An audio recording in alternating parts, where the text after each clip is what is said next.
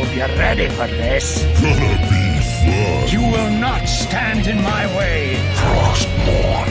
Hunger. This pleases me. I do not fear you, mortal. Your soul shall be mine. Don't make me laugh. Needs a brew? Oh, I do. Feel a shredding, baby. Let the battle begin.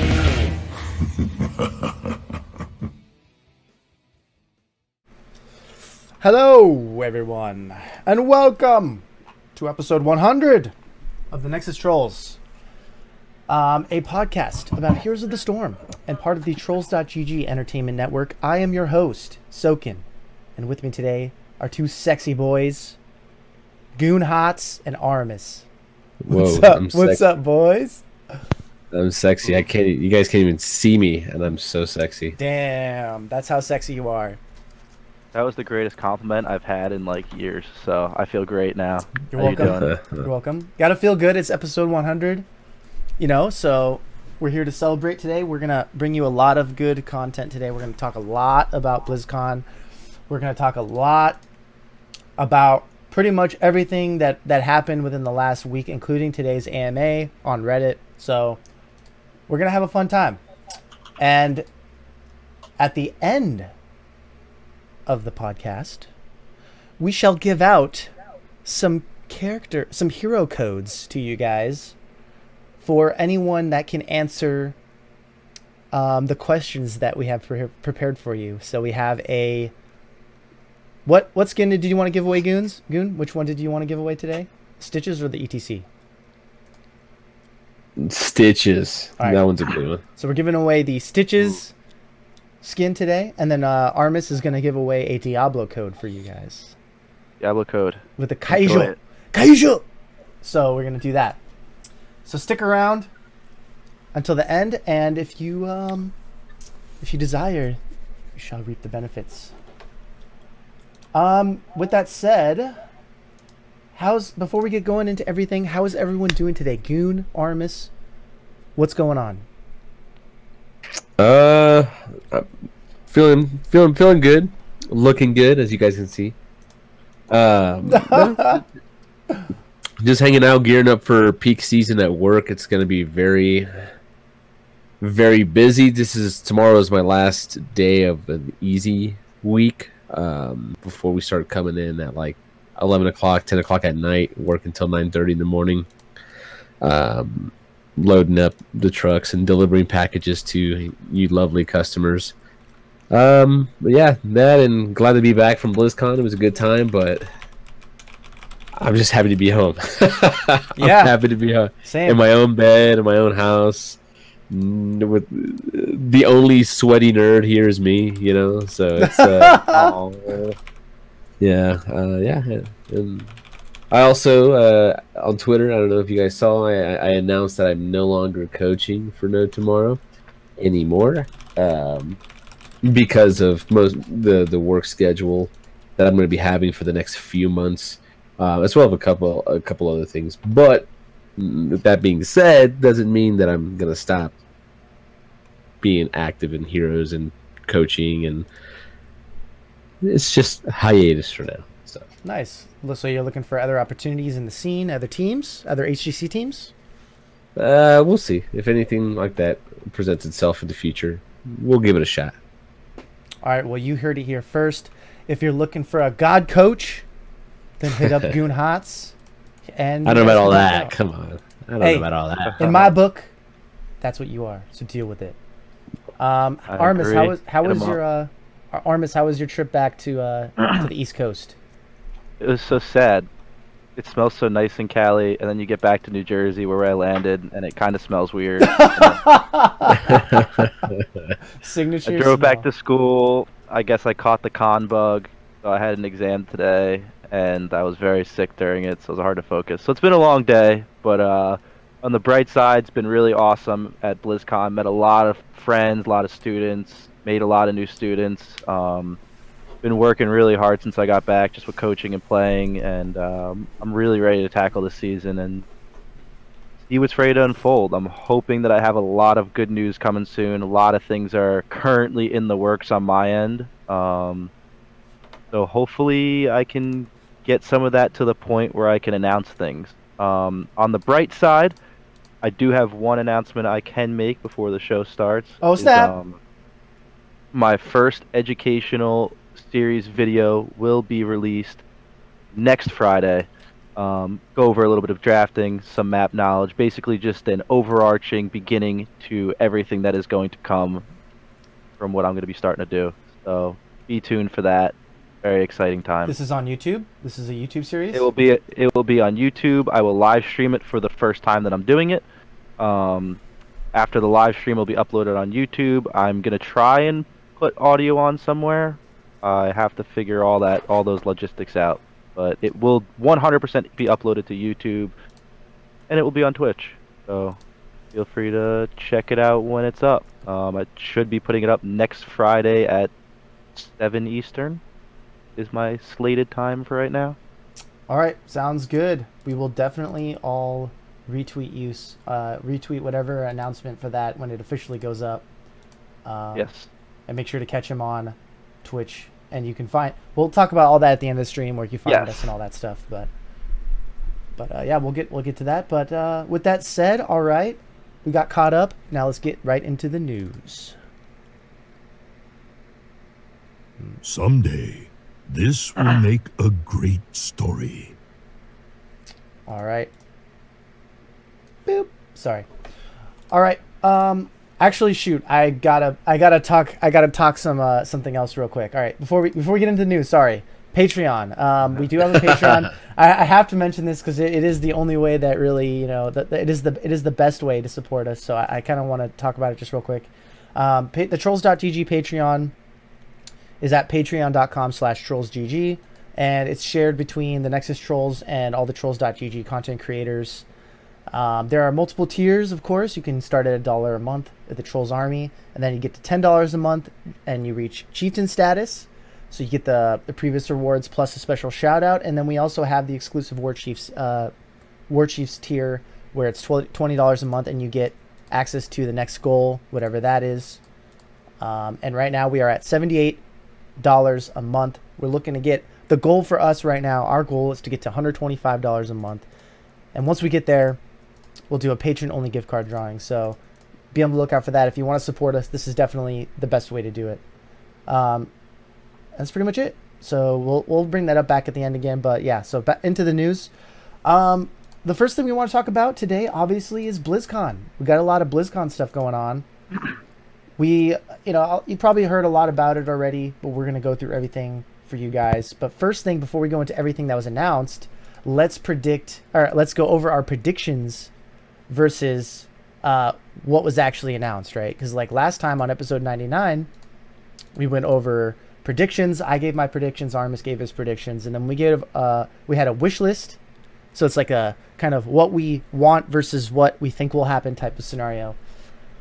So let's see. Last episode, my prediction for what was going to happen would be one new hero, one new map, and then perhaps some vague promises about general things like hero swaps, right? Things that we've already kind of talked about, and that things that Blizzard have already talked about before. Aurumis said new map, new hero, and a few major reworks. My wish list was, so what I wanted to happen was one new hero, 2 to 4 hero reworks, and major ranked changes with a ranked focus. Aurumis said new map, new hero, few major reworks, and maybe a new mechanic. So like his predictions versus wish list were basically the same. My wish list was correct, which is kind of funny. It's like more correct than anything.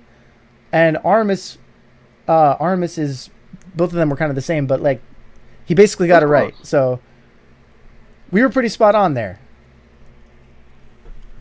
Again, maybe not like the most insane thing to predict, right? Because like the last couple of years have kind of given you general idea of what's going on. But right. I will say the 2 to 4 hero reworks was actually insane for you to predict. Like, that is just insane. Okay. The 4 hero reworks. We got 2. We got a new hero, and then they're saying there's 2 in the pipeline. There's 2 coming out next month for Stitches and Sylvanas.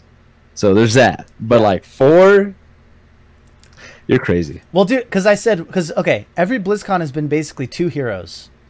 You know, you had Nara Greymane, you had Ragnaros Varian, you had Cho'Gall, you had, you know, whatever. So that's like always 2 heroes.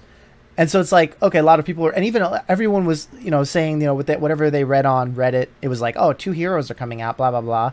I didn't know, I didn't read all that, so I didn't know, but like people were saying 2 heroes and then it ended up being 1. So I was expecting if we did get 1 that it would be 2, like, you know, there'd be reworks associated with that as well. They didn't want to take any of the spotlight away from Orphea, you know? Yeah. That's their new baby. Yeah, for sure.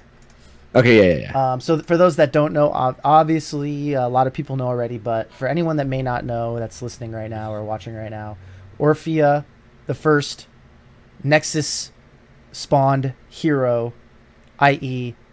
not one from a Blizzard universe outside of HOTS, was announced. Basically the Raven Lord's daughter. So if you're up on the lore, she didn't like what her dad was doing, you know, in the comics and stuff, and so she kind of rose up against her father, and that was kind of her like, you know, her cinematic at BlizzCon. Funny enough, this guy right here predicted that 100%. I called that exactly. Like, I think it was episode 98. I want to say, because I think episode 99 we just talked about kind of what would be announced and stuff, but we didn't really talk about that. But I think on episode 98 I talked about that, and I was 100% correct, because like they led up to that. It was so obvious. I don't know if I'm so kind of surprised I didn't hear more predictions about this by anyone else, but it was to me obvious, because at the end of the comic she's looking at what her father had done and she's going, I have to do something. So it's like, come on. I mean, I think I would say it was a 85 to 90% chance that she was coming. Like I don't think I was. Yeah. Oh, no one said anything. No one really mentioned anything. Well, I'll say something now. We saw her fighting the Raven Lord, which means that they're thinking about ways he can fight.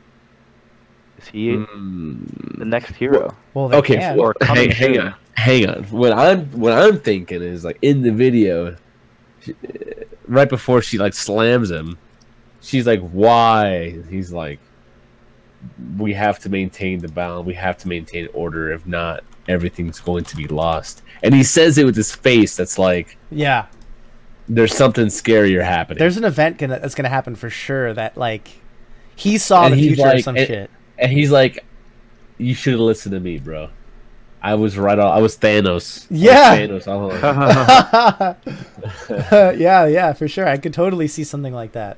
Like I don't think he's just a bad guy for the sake of being a bad guy, right? And that was never really, honestly, that was never really something that was It wasn't like what's like, is he just being bad just to be bad? Like, is he he's not. I mean, that was never really like portrayed as, it wasn't portrayed that way ever. Yeah. Because even from the beginning, he's like, when he unlocked the Dark Nexus power, you know, he was like, I must do this. You know, he's doing it for some greater cause that we don't know about yet. So, and I do agree with Aurumis. It's like, okay, well, now you've kind of opened the floodgates for a bunch of different weird stuff, you know, heroes coming in, because he's a Realm Lord, but also like Orphea's obviously very powerful if she can fight the Realm Lord and be on even footing. Well, the title of the video is called "The Heir of Raven Crest" or whatever, and it's just of King's Crest, and it's like, does he die? Does she kill him? Yeah, that's.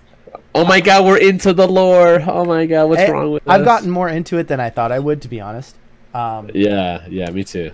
Mostly because I like the Raven Lord. I don't care what anyone says. He's the one true king, baby. I do. I think he'll be announced at BlizzCon with like Deathwing or some shit, some event like that. That would be awesome. That would be pretty awesome. If that happens, there might not be booing at BlizzCon for 1 year. For 1 year, Big yikes. You know, they announced Deathwing. Everybody drops WoW Classic, comes to play HOTS for a bit. Yeah. 10 minutes. Yeah. Anyways. All right. So yeah, we basically were for the most part correct about our predictions. I would say we didn't get a new map, but you know, that's totally fine. Honestly, not having a new map is cool in my books because we got 2 reworked maps and a new map. You know, we got Altaric Pass and we got reworked Garden of Terror, reworked Hanamura Temple. I'm totally okay with not getting a new map. I think we have plenty to explore right now as it is. So. I'm going to go on the record and saying that I hope Garden of Terror makes into Hero League very soon because I think that map is cool. I think that map is fun. I like the layout and I'm ready for it. I'm ready to play Hero League. I am too. I want to see it for sure, and I want to see it in the HGC. Yeah. I want to see it in the HGC. That would be sick. I just love the lane layout, the jungle layout. I think it's all really cool. The only thing I want right now is please put XP changes on PTR. Please make my scrims feel worthwhile. You know what? I was kind of thinking about that too, but we will get there. We have a PTR section up ahead. We'll get to it at some point. Real quick, so we just gave our predictions on everything that happened. There were a lot of gameplay updates. I want to go over those real quick. These were announced at BlizzCon. Based on what Aurumis was kind of saying already. So the first thing here is a new experience. So basically, these are the 4 major changes they're doing related to gameplay and experience and whatnot in Heroes of the Storm. Number 1, remove all experience earned from destroying forts or keeps. Okay, that's number 1. Number 2, decrease experience earned from towers by 50%. Now, number 3, passively increase the passive experience gained by 15%. So that's, I'm assuming so that's the trickle XP, right? That's the trickle XP you're getting. So your XP just goes up faster when you're not soaking, not doing camps, etc. Right. And just from time. Yeah. And then also, I thought I remember seeing minion XP going up. Is that encompassed in this as well? This third point? I know the mercenary, when you defend the mercenary camp, which means whenever you kill the merc camp that's pushing your wall or whatever, you get experience for that. Well, okay, that was the next one. That was the next one. Okay. So number 4 was increased experience gained by defending mercenaries by 100%. So that means you get more experience for capturing a camp. And then defeating laning mercenaries will now grant 100% of defending mercenaries experience. So basically what happens is you get double the experience for capturing a camp, and then the person defending it gets that same experience when they defend it. I don't know if you get double I don't know if you get any double experience for capturing the camp. I know you get double experience for killing the camp. Because the thought process behind that, I watched an interview today where they talked about it. Is that what it says? Yeah, it says increased experience gained by defending mercenaries by 100. You're increasing by 100, so you're doubling it. When defending defeating the defending mercenary camp, I think it's you get the experience when you kill it. That's what you're defending the mercenary. No, listen, you guys aren't listening. The defending defending mercenaries. Okay. And then there's defeating laning mercenaries. Oh, that's right. They changed they added their little fucking So the defending mercenaries are the ones that are not captured yet. Those ones give you 100% more experience. And then the team that has to defend that gets the experience from that camp. Basically, it transfers the experience over no matter what to the other side if they're there to soak it, type of thing. It's like now you can soak mercenaries. I don't know if that should be 100 if you defeat the defending. I think it should be 50%. Because this is my reason. You kill the mercenaries, you capture the mercenary camp. So you got the XP from the mercs. Now you're pushing with the mercs, and ideally you're getting some structural damage done with the mercs. You're getting a tower, maybe 2, and you got those. Yes, those towers do yield a less experience, but it's still experience. Okay, you got that. Now the other team has to defend it. They cleared it. They lost a shit ton. They gained some XP. Easy. They got the 100%. It's not. I don't know. It's a little weird, but they're doing it because even if you get something with these mercenaries, you're not necessarily gaining anything. Does that make sense? Like, let's say a wall is already down on a fort. You already got that Right. experience. Okay, you push the key, you push the fort, you get the fort. You didn't quote unquote gain anything, so you should get more experience for capturing that camp at minimum. Is that what you're talking about? Yeah, I mean, you are gaining something. You're getting catapults that are going to spawn every few waves. Well, so that's kind of the next thing. Let's talk about that. All right. Okay. Now, because of this change where they removed all experience from forts and keeps, and they lowered the amount from towers, what they're doing to kind of offset that is give you a strategic advantage. So what they're calling it is a strategic advantage versus a power advantage. The strategic advantage, or the power advantage, used to be I'm getting experience now, and it's going to allow me to do things right now. Whereas strategic advantage is I'm doing things now, but the payoff for that is going to be later. So defeating a fort will grant you 1 catapult per 3rd wave, and then like normal, defeating a keep will get you a catapult every wave. What do you guys think about that idea? Do you think this idea fits in with the rest of these changes? Do you feel like it makes up for a lot of the things they're trying to like do with it, or? I'll let Aurumis go first on this one. I don't like much of it as of right now. I don't know. I want to play it more to really be able to tell. Like, I just feel like the laning phase is going to be... I feel like they're trying to put a laning phase in HOTS, but HOTS is still primarily like that brawler, right? Where you're looking to just constantly force fights, and then like because of those fights, you're pushing down lanes. Like HOTS was always the game where you essentially, comparative to other MOBAs, start in the late game, right? Like you're starting at the point where you're constantly fighting, rather than starting at the point where you're like, okay, I need to sit in lane and farm minions. But at this point, you really you need to farm minions early, because those cheese strats where you're like, okay, let's just take bottom fort right away, are gonna backfire against the better team, who are just gonna be like, okay, like let the catapults push minions to keep and force the enemy to miss soak until level like 7 or 10, right?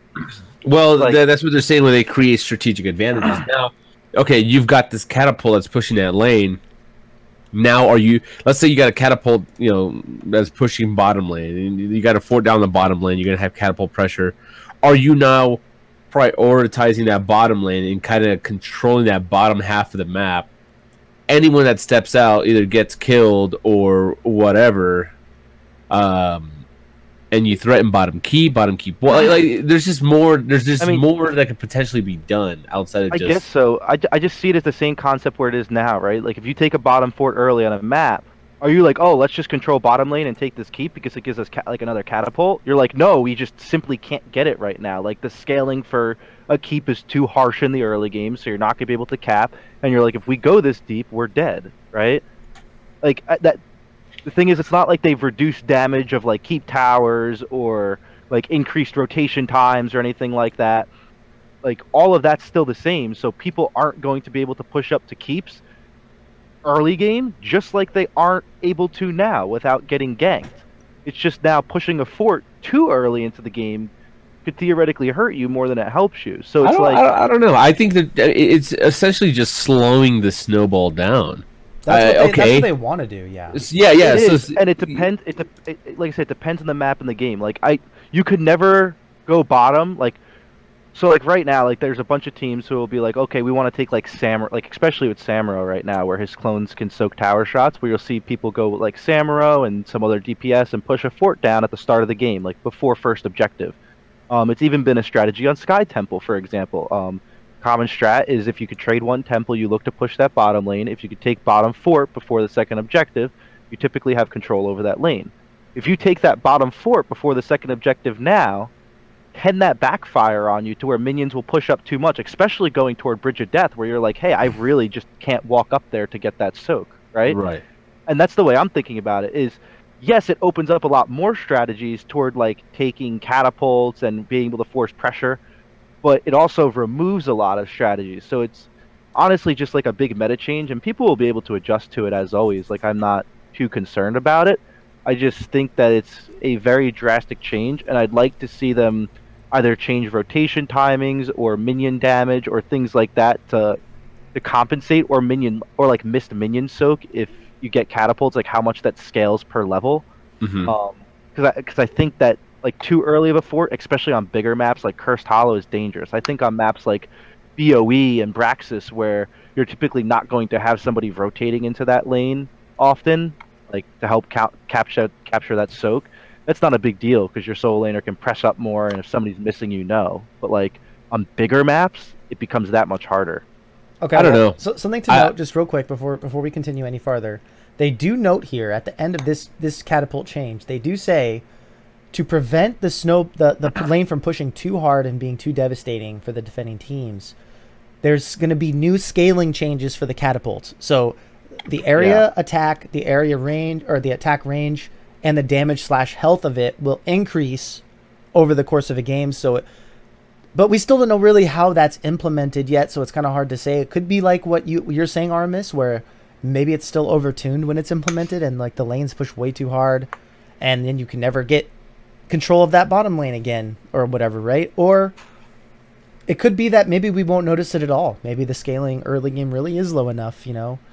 And another thing is, and this is the reverse way of looking at it, is maybe the game just snowballs even harder now, where you take a bottom fort, and if catapults are too strong, like you constantly have to keep a person or two back to clear it, and the enemy team's going to take top fort because you're too busy defending catapults in bottom lane, and then now you have to defend bottom and top, and then they just take mid fort, and now there's catapults everywhere, and then they're just like, okay, like we're just gonna AFK and camp like it's World War II, in a bunker and not move. Like, we're in the trenches, boys. So that's World War I, by the way. Anyways, yeah, that is like, it's both ways. We'll see how it plays out, though. I want them to put the changes on PTR, though, like that, please. Yeah, they will. They will. Here's my thing. It's like, okay, the lanes are pushing out. You can't grab the soak. You denied some strategies. Cool. Okay, the teams are just going to be more. They're going to be closer in talents here, despite how much of an advantage you have, like power advantage you have. You're going to have strategic advantages. The biggest one being if my minion waves are pushed up all the way to their side of the map, they can safely assume they lose all control on that side of the map. I can be anywhere on that side of the map. Or, oh, hey, that lane's pushed up. I can go grab mid fort. I can go grab top fort. Whatever. Cool. More catapult pressure. Cool. What ends up happening is the map becomes less and less in their control and more in my control. So now I can be, we're gonna stay here until they make this rotation to get that catapult. Or we're gonna do whatever the case may be. If they don't do anything, fine. We get the objective and we go from there. Okay, if they're not gonna make that rotation, then the team that took down the forts will go and grab the objectives, and then they're gonna win the game. At some point, that enemy team that's behind is gonna have to say, "Fuck, we have to go, or it's over." And at that point, your strategic advantage from taking all those forts down and pushing all those lanes out becomes extremely apparent. And it's like, okay, well, now what's going to be important in drafts? Vision control. Are we going to need Tyrande Owls flying all over the map? Global. Are we going to need Medivhs? Are we going to need tasks? Like, what are we going to be able to... We need something. What other heroes that can face check bushes and not die? Are we going to see more Muradins? Are we going to see, like... I don't know. I think it's going to be fine and even more interesting. And I think the laning phase is going to be even more interesting. Yeah, you can sit there and freeze waves all day, but now the draft and the meta will kind of evolve in the sense where it's like, okay, well, now you have a jungler. Now you have somebody that's just off map at all times, just body soaking, taking camps, and just waiting for an opportunity to gank somebody in a lane. He shows up in a lane. Guess what? Now we're taking some structures down. We're applying some pressure. So quick question then relating to all of that. I asked this on the Gank Push Squad podcast yesterday, which I guested on. Do you guys think these changes cater more to pros or casuals? Because like, I'm gonna say what I said on their podcast was that I think it caters to pros, and I still kind of agree with that even after thinking about it. There were a lot of times in pro play over the weekend where it's like, oh, we got these 2 forts off this one objective. Now we're like, you know, a literal talent tier ahead, and the enemy can't do anything for minutes. So in casual play, it's gonna help out a lot. In pro play, it's probably going to help out a lot at the beginning for weaker regions at these international events, like NA, going up against Korea. They're able to mitigate that, able to stay in the game longer. The old style just smork. allowed better teams to really exploit weaker team, like just take advantage of their mistakes. Yeah, farm them.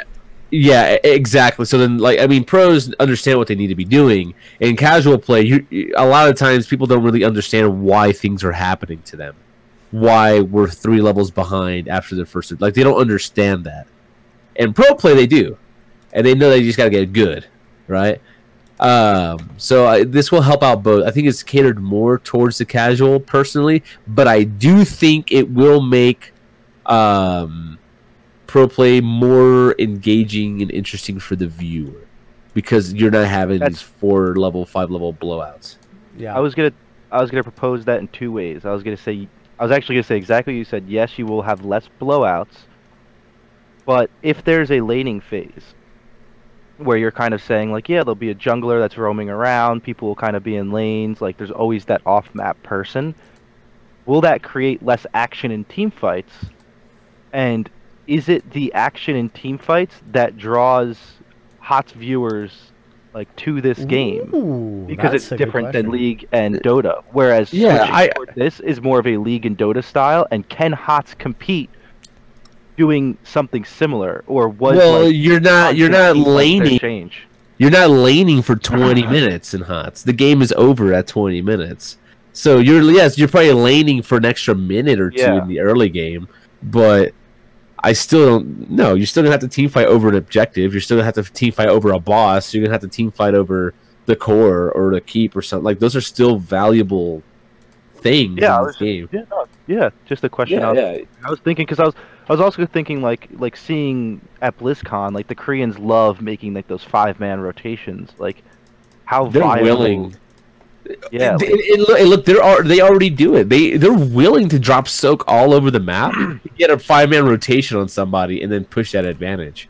So imagine once they've already, like, the map is already in their control, they don't give a fuck about that soak anymore. They're just gonna 5-man rotate on you anywhere on the map or whatever. You know? Yeah, I don't know. I feel like it might be different now that catapults are in lanes if you take forts, because a lot of times the Koreans like, hey, we'll just give up this fort because we know they can't push in the keep that far, and they'll trade that fort for a kill and maybe a fort in the top lane. But how viable or how worth it is that trade now if there's catapults pushing in lanes? And I guess that again depends on how they scale them. I wanted a meta change. I wanted something big, so I'm glad they gave it to me. I'm not going to complain until I've played it well enough. I'm playing devil's advocate because you're not. So I'm just proposing all the different questions that run through my head. I mean, overall, I'm just seeing a lot of, like, just baby raging and stuff, and from like players and stuff. And it's like, look, guys, you guys are complaining. Oh, teams are just gonna do this, like, how about you guys just be good at international events, and then we can talk. And then how about you just be good? How about you just get good, boys? Yeah, I'm excited to try them. I want to see how the impact is. I'm excited to just draft into it. Like, as a coach, just being able to be like, all right, this is what I want to do, and being able to picture things like that in theorycraft is, like, my favorite part about things right now. So I'm really excited, especially coaching an amateur team myself right now, to kind of flex my muscles in my brain and see what I can do once this patch comes out. So I got a bunch of ideas, and hopefully I'll be able to report back of it worked or it didn't.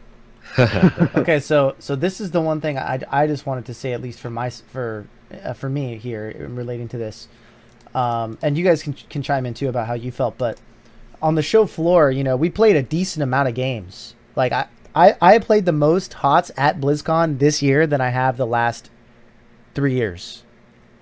Because I think this is either my 3rd or 4th in a row. I forget. I think this is my 4th year in a row, and this is the most HOTS I've ever played at a BlizzCon itself. With that said, these XP changes were on the show floor, so if you were at BlizzCon, you got to play it.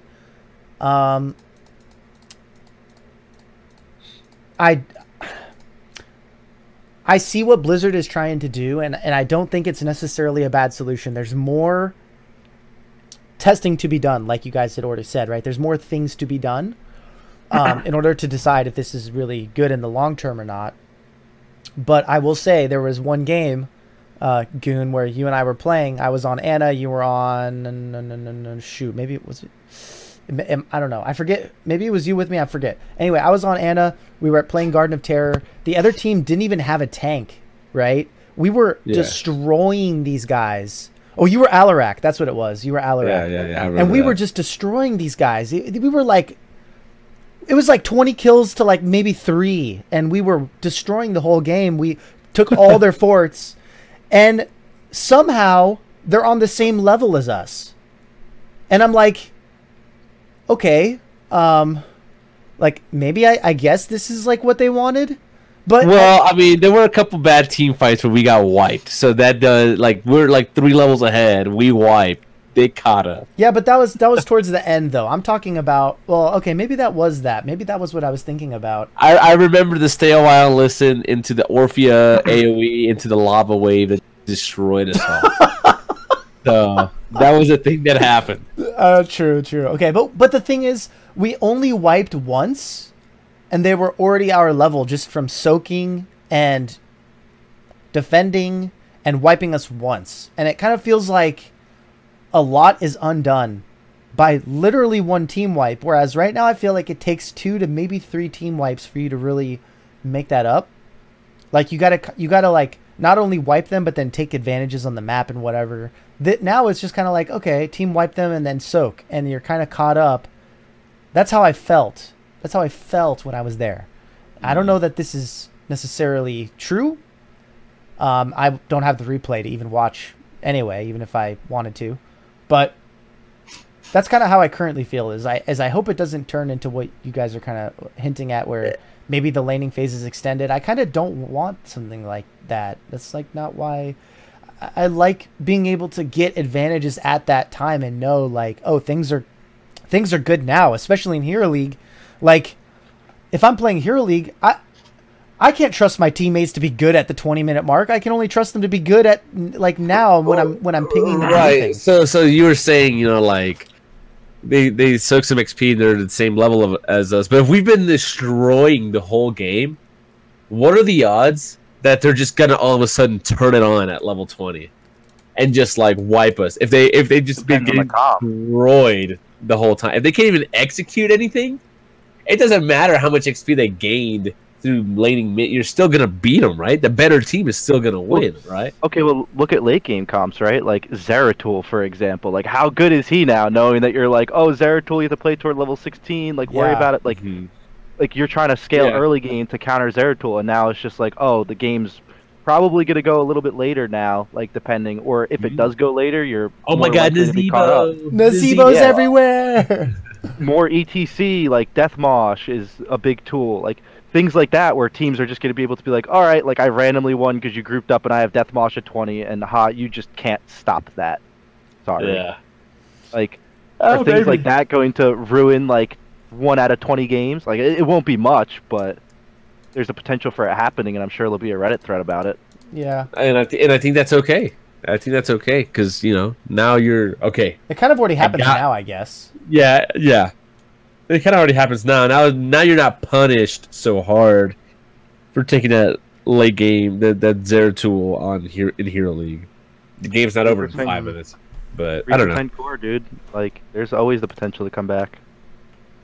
I mean, yeah, sure. Anyways, just making memes. So, that's pretty much it for the gameplay changes. I guess we could talk about just real quick, at least mostly so you guys just know about it. They're changing stim packs. They're not called stim packs anymore. They're called boosts. Sounds very much like a mobile phone thing, but boosts, right? They boost.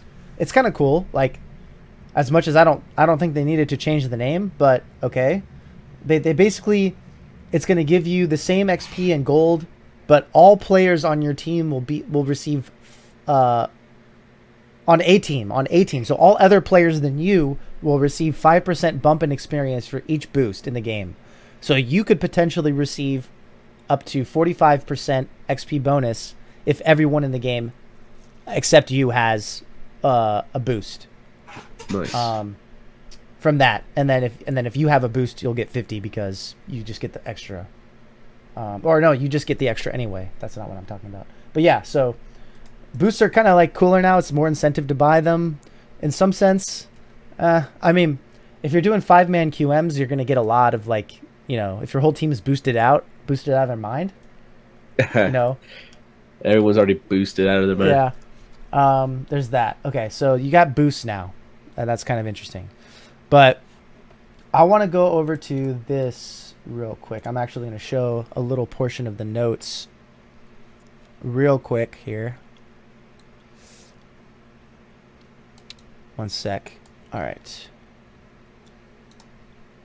So this is the pictures I took at BlizzCon of the What's Next panel, and basically they announced the role rework, which we kind of knew what was happening.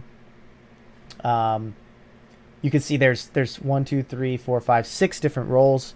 Tank, bruiser, so bruiser is off lane. Healer is like actual healer. Support is kind of like a, you know, other like kind of it's kind of like a miscellaneous category. Melee assassin is the assassins that are melee but, you know, not bruisers, right? And then you got ranged assassins, which have the biggest pool because usually they're the most necessary. But I didn't realize there were so few melee. Well, I guess Malthael, Rag, Thrall got moved over to bruisers. Yeah, which makes sense. It makes sense. Yeah. It's a categorization that is This is all mainly meant for education purposes at this point. Bruisers are for like solo. Bruisers are almost strictly related to solo lanes, and given other than Zul, you're gonna see things in pro play that may make this different, but that's because they're pro players. Like this is a general categorization for the general player base.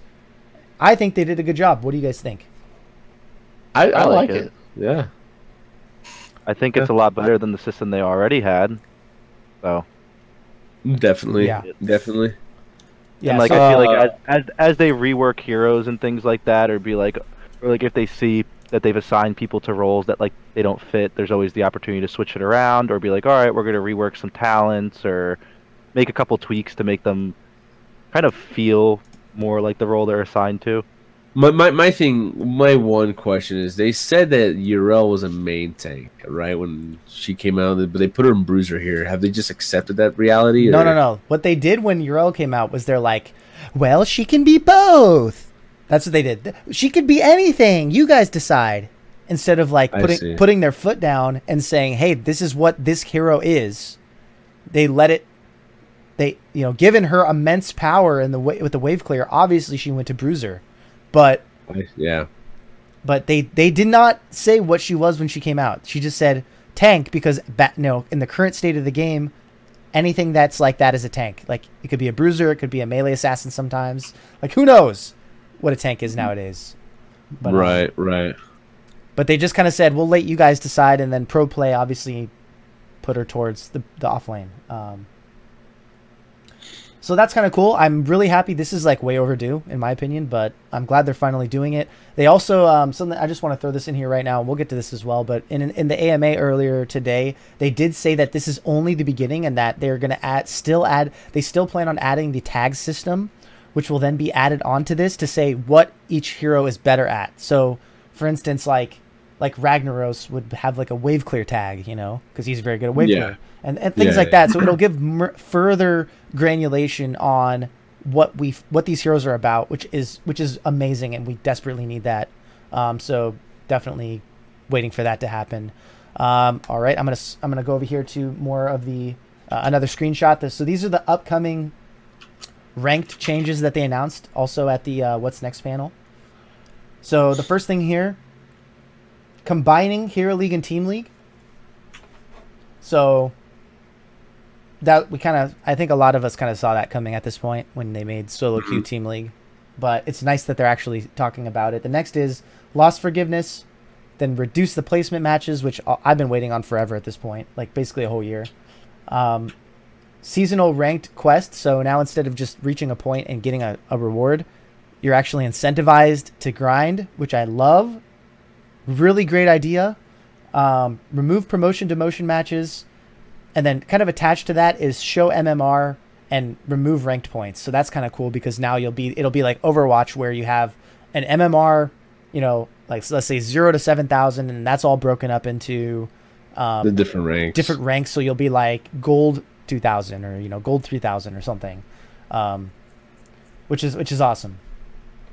And then they kind of announced here in a way that they're not intending on using performance-based matchmaking or whatever to actually give you points or rank or MMR. They're going to do it to just educate the player base, which they kind of already do with those pop-ups that come up after a game. They kind of already do that, so it's like, but you and I were both there, Goon. We were watching this, and we were both really happy with not only what they announced, but the way they announced it was with such passion and just like directness. Yeah. They were just like, this is what we're doing. This is why we're doing it. Blah, blah, blah, blah. We think this is going to be good because of this, this, and this. Hope you guys enjoy it when you play it. And like, that was it. Yeah, it's pretty sick. Yeah, they were just like, yep, get it done. We know we have a direction for our game. And I like that. Which is good. Yep. On the AMA, they did like kind of give some more detail as to how the matchmaking was going to work. Yeah, we'll get more to all that Okay. when we get there. I just kind of wanted to mention something from the AMA because it was related that tags are coming, but we're definitely going to get back to that. Let's see what else here is on the list for BlizzCon stuff. Oh, okay, that's not showing. Okay, good. I need to back out. Hold on, sorry. I messed up my whole screen to show you guys all these screenshots. Okay. So real quick, I'm just going to go down each one. Some quick discussion here. So for the combining the Hero League and the Team League, I think they're still up in the air on this based on the AMA, but do you guys think it's a good idea to have separate MMRs for combined? Like one for solo and one for group? Do you think that's a good idea? Because I do. I think it has to be there. 100%. I think so. People are talking about having combined MMRs, and I'm like, guys, could we not? No, I don't. That's dumb because I know there's a lot of players who are like GM Hero League, Silver Team League, and it's going to place them into like Plat, and then that's going to make a problem. And there's also a lot of players who are GM Team League and on average like Plat Hero League. There's actually a lot of those. I think there's a ton of those. There's like 10 or 15 of them right now that are like Gold or Plat in Hero League and GM Team League. Like, congratulations, you've gotten carried by your friends to a very high rank. Now, there's just nobody playing team. So yeah, or you've done 2,000 point Masters GM. Exactly, and like I do not want to get into a game with assuming I'm gonna place because I'm like roughly sitting in Masters in both, low Masters in both now. So I do not want to get into a game in low Masters with a player who was previously like Gold or Plat in Hero League and GM Team League. Like those are the people that I look for in my Team League games to farm them. Like I don't want them to accidentally be in my solo team. Put them back in Plat and let them run up the place up there. Well, do you think they would even be playing Hero League at that point? Like they'll just they'll be playing ranked if it's one mode, right? Like these players aren't just going... No, you still like you can select an option that says I'm queuing a solo and I want to queue against other solos. Yeah, but then they're gonna go to the group, get farmed, MMRs or farm, I should say, with their boosted friends. They're gonna go up to GM, and then they're gonna say solo queue and get in with GMs. Does that make any sense? There are separate leaderboards. They did mention there's gonna be separate leaderboards for I just the hope solo there's a queue separate and, MMR because. Like players who are like, okay, like I'm GM Team League, and then they're like bored. Their friends are on. Oh, I'm gonna play a few Hero League games while I wait. Like they've done that. Like I know there's a bunch of players who like even though they're Plat Hero League, GM Team League, they still have 100 Hero League games or so. Like, could you imagine playing 100 Hero League games with them? Like that one, it will completely turn them off from solo queue. They'll never touch it again because they're going to get flamed and destroyed in every game they play in, which is unfortunate. Because I would flame too. Like, no offense, but I'd be like, all right, like this has to stop just to like get these players out so that something's done faster. Because that's not a direction I even want to head with it. They have to keep it separate. That or reset the MMR. If you want to do it as one, this is the perfect time. Yes. To attempt. Wait, reset the MMR? You're creating the same problem you're complaining about. Well, reset it and let people just farm. Like, if they reset it completely and gave us 2-3 weeks to farm it out, I wouldn't mind. Like, I still would rather have them be separate, but yeah, I see what you're saying. I mean, it's regardless of this topic. That or keep them separate. Regardless of this topic, it's still a great time to say, hey, let's just reset everything. I don't know about that. I'm down with it. I don't care. I'm already in plat, dude. I don't care. If they're combining it, reset it. Yeah, you wouldn't care, but all the GMs would care. Well, a lot of the GMs, including the pro players, say there should be a reset already right now. Yeah. Yeah. In fact, most of them do. I mean, I don't know. If they're how many times I'm gonna be cynic here. How many times has the community baby raged about something, gotten it, and been like, bring it back? Every time. I mean, I guarantee if they reset it, half the players going to be mad, half aren't. Guaranteed. Like, and if they combine it, same thing. Half of the people are going to be mad that play Hero League, half of them aren't. Like, if they don't want to I think combining the two ranks, the MMRs, is your reset at that point. And then you just play from there. It could be you're playing from plat instead of potentially silver, or you're playing in silver instead of plat. I don't know. I will legit never play ranked again if they combine. I will legit never play ranked again if they combine. I guess I don't know. Maybe it's just a mental thing. That's still the same thing as if resetting all the MMR. Maybe it's a mental thing for me, or like for other people that I've been talking to. Also, is that if I am in a game with labeled diamond players, I want to play with labeled diamond skill. I don't want to be like, this is a diamond player. Like, I don't want you to have the portrait. I don't want you to be in my diamond or master game if you aren't playing to that skill. If you are playing like a silver, then I would like to find you in a silver game. Like, so, okay, so everything's tied to MMR now. So we have these issues where you got people whose MMR probably isn't very high, but the system, the placements or whatever, put a master 1000 because they won their games, and they're just winning, or they're losing. They're not losing enough to get out of the masters, and they're kind of lingering there, but their MMR is still low. Now it's going to be like, well, now it's going to be like, okay, so you did have master points. That's awesome, but that doesn't mean you're master. Turns out your MMR was plat the whole time. So now that person's not in your game. I don't know. That's what it is. That's what it is. If that's what it is, then awesome. But like, what actually is it? And like, I've tried doing this. I've actually made a couple Smurfs in the past few days, or logged on old accounts, and like that I haven't played on, like that were like, for example, my EU server Smurf. I was playing on today, finished placements. I was like, okay, I was diamond the last few seasons, didn't play for 2 seasons, played another season, placed plat, missed the season, and I'm like, okay, let's do this. I went 5-5 purposely, like literally just dropped 5 games by AFKing, won 5 games, like just wanted to see where I would go if I was 50-50, right? Ended up placing into plat 3.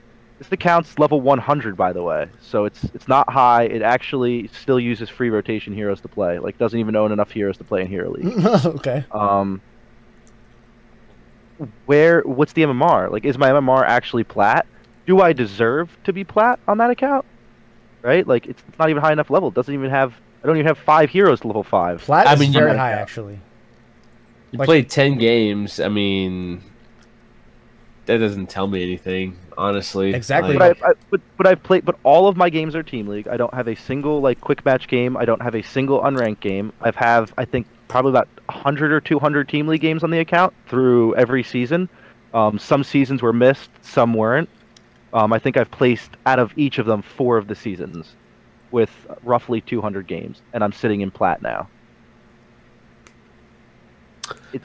Plat is very high for something like that.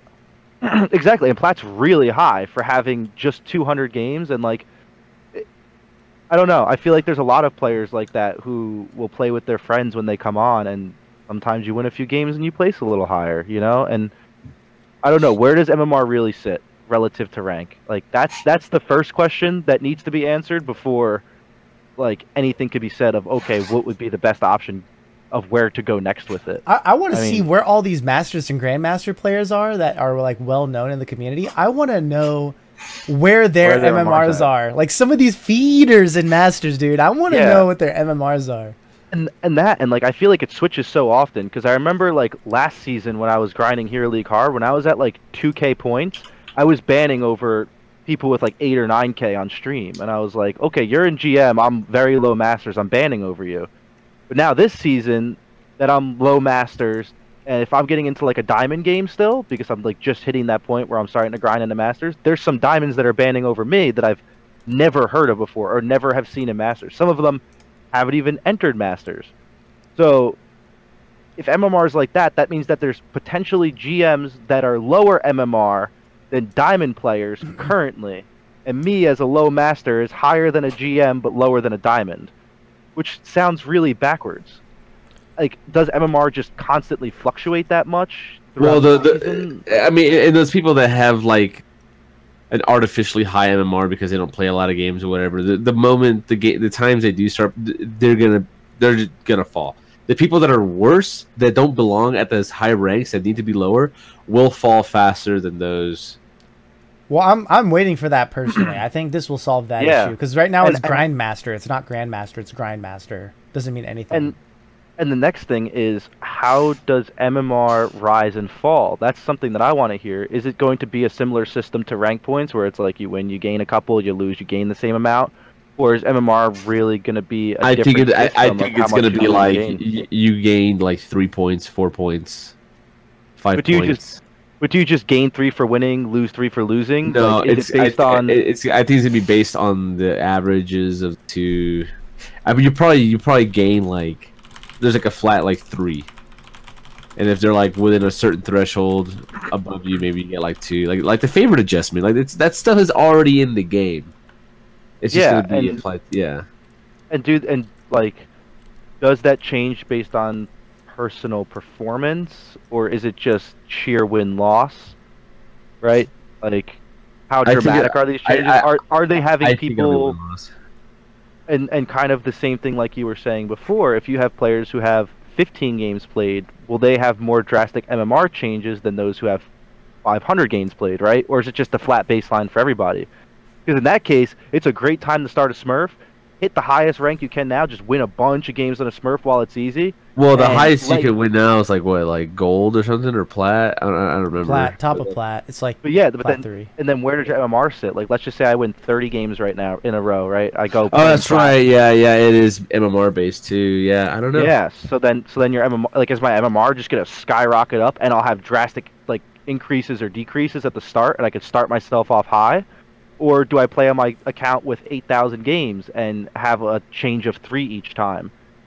Which, if I don't sit where I want to, I'm just going to be like, screw it. I'm just going to take all my hero codes, get a new account, throw them all on there, own everybody, and just, like, keep playing. Well, this is the good news, is that, first of all, in case anyone doesn't know, the StarCraft team and the Heroes team are the same quote-unquote team in at Blizzard. I took a tour of Blizzard, and they're called Team 1. So Team 1 is the StarCraft team, and then Heroes developed from StarCraft, the engine. So they are the same developers. The reason why I've wanted MMR for so long personally is because StarCraft has had bring David Kim to the balance team. Oh my god. MMR has been in StarCraft ranked since the beginning of Legacy of the Void. So I want to say roughly 2 years now. Luckily, they can pull from that knowledge of how MMRs increased or decreased and hopefully apply that. I know in StarCraft, it's probably based on a general up and down, plus or minus, depending on if you win or lose. And then it's also, is your opponent favored or not, based on MMR. If your opponent is favored, you're going to lose less points, and gain more points type of thing. So it really just depends. But I think something like that is very fitting, right? You have you decide to put these people in a game because they fit the certain criteria for that MMR match, and then maybe there's a little uneven teams, something like that. You balance that a little bit with some plus or minus MMR points on whatever side. It's very doable. We'll see. But yeah, honestly, because of what you said, Aurumis, they should not reveal these things to the public, right? I mean, they shouldn't say how this is going to translate. Otherwise, people will abuse it. Yeah, I mean, I think that they should reveal it and let people be like, hey, like that's just a bad idea. Like if they did that. No, because I think you just gotta play with it, release it, play with it, and then we'll figure out the problems instead of just being like, that's just a bad idea. Because if that were the case, if Blizzard operated that way, none of these gameplay changes would ever be updated. I mean, people are saying that right now. People are saying like, oh, this is a bad idea, and it's just like, shut up. It's just with rank mode being in the state it is, and the amount of people like coming to and or leaving HOTS, like when it comes to like gameplay changes, like you can experiment and people will have fun either way because you're still playing the game. If you mess up rank mode and cause people to leave again, it's going to be so hard to get them back, which has been a constant problem. And, and that's what worries me. Like what worries me is like you mess up ranked and like kind of people like what Soken said literally in the beginning of the podcast. Like if they combine these, like I'm probably never playing ranked again because it's probably going to be shit for a while. If they combine the MMR. Exactly. Yeah, they combine the MMR, yeah. Yeah, and if there's like changes like that where they mess them up, there's thousands of players like Soken or like and like myself that have that mindset where it's like if that happens and I'm not going to enjoy my ranked queue games, I'm simply going to stop playing. And if I stop playing, I'm going to go play other games or do something else and may lose interest in HOTS. And like I don't know. Is that a risk you want to take? I think Team League is going to be the one that takes a hit with this change. Because like queuing up with multiple people, because like you can duo queue with your buddy, like you guys could be both like master MMR.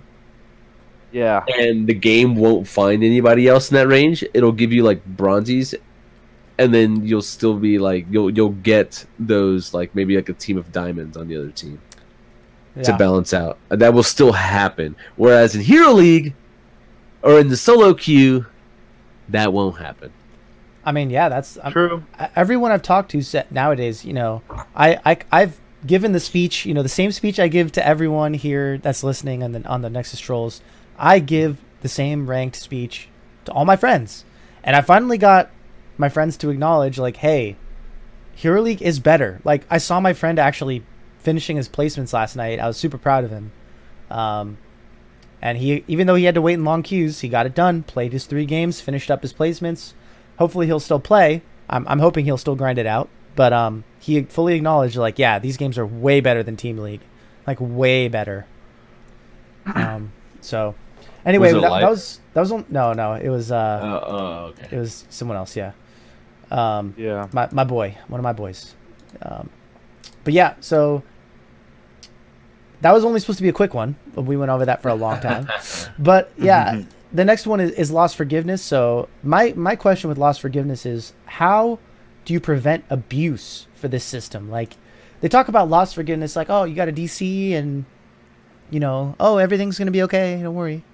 It's well, like, there's still a sacrificial lamb, and whoever's doing that, yeah, he's getting punished. He's getting punished extremely hard, and like after a certain point, he's gonna be like, guys, can one of you guys dodge? No. No, but look, that's not going to happen because people are going to do it. I mean, at least in the then they'll never play ranked again. In the team setting, people will get on Smurfs that don't matter just to boost their friends, and they'll dodge that Smurf. I'm sure that happens now.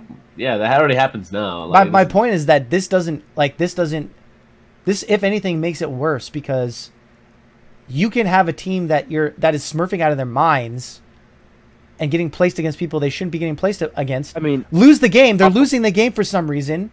And then, oh, do you know what? Go sacrifice yourself. Damn. Then they're just shitty players.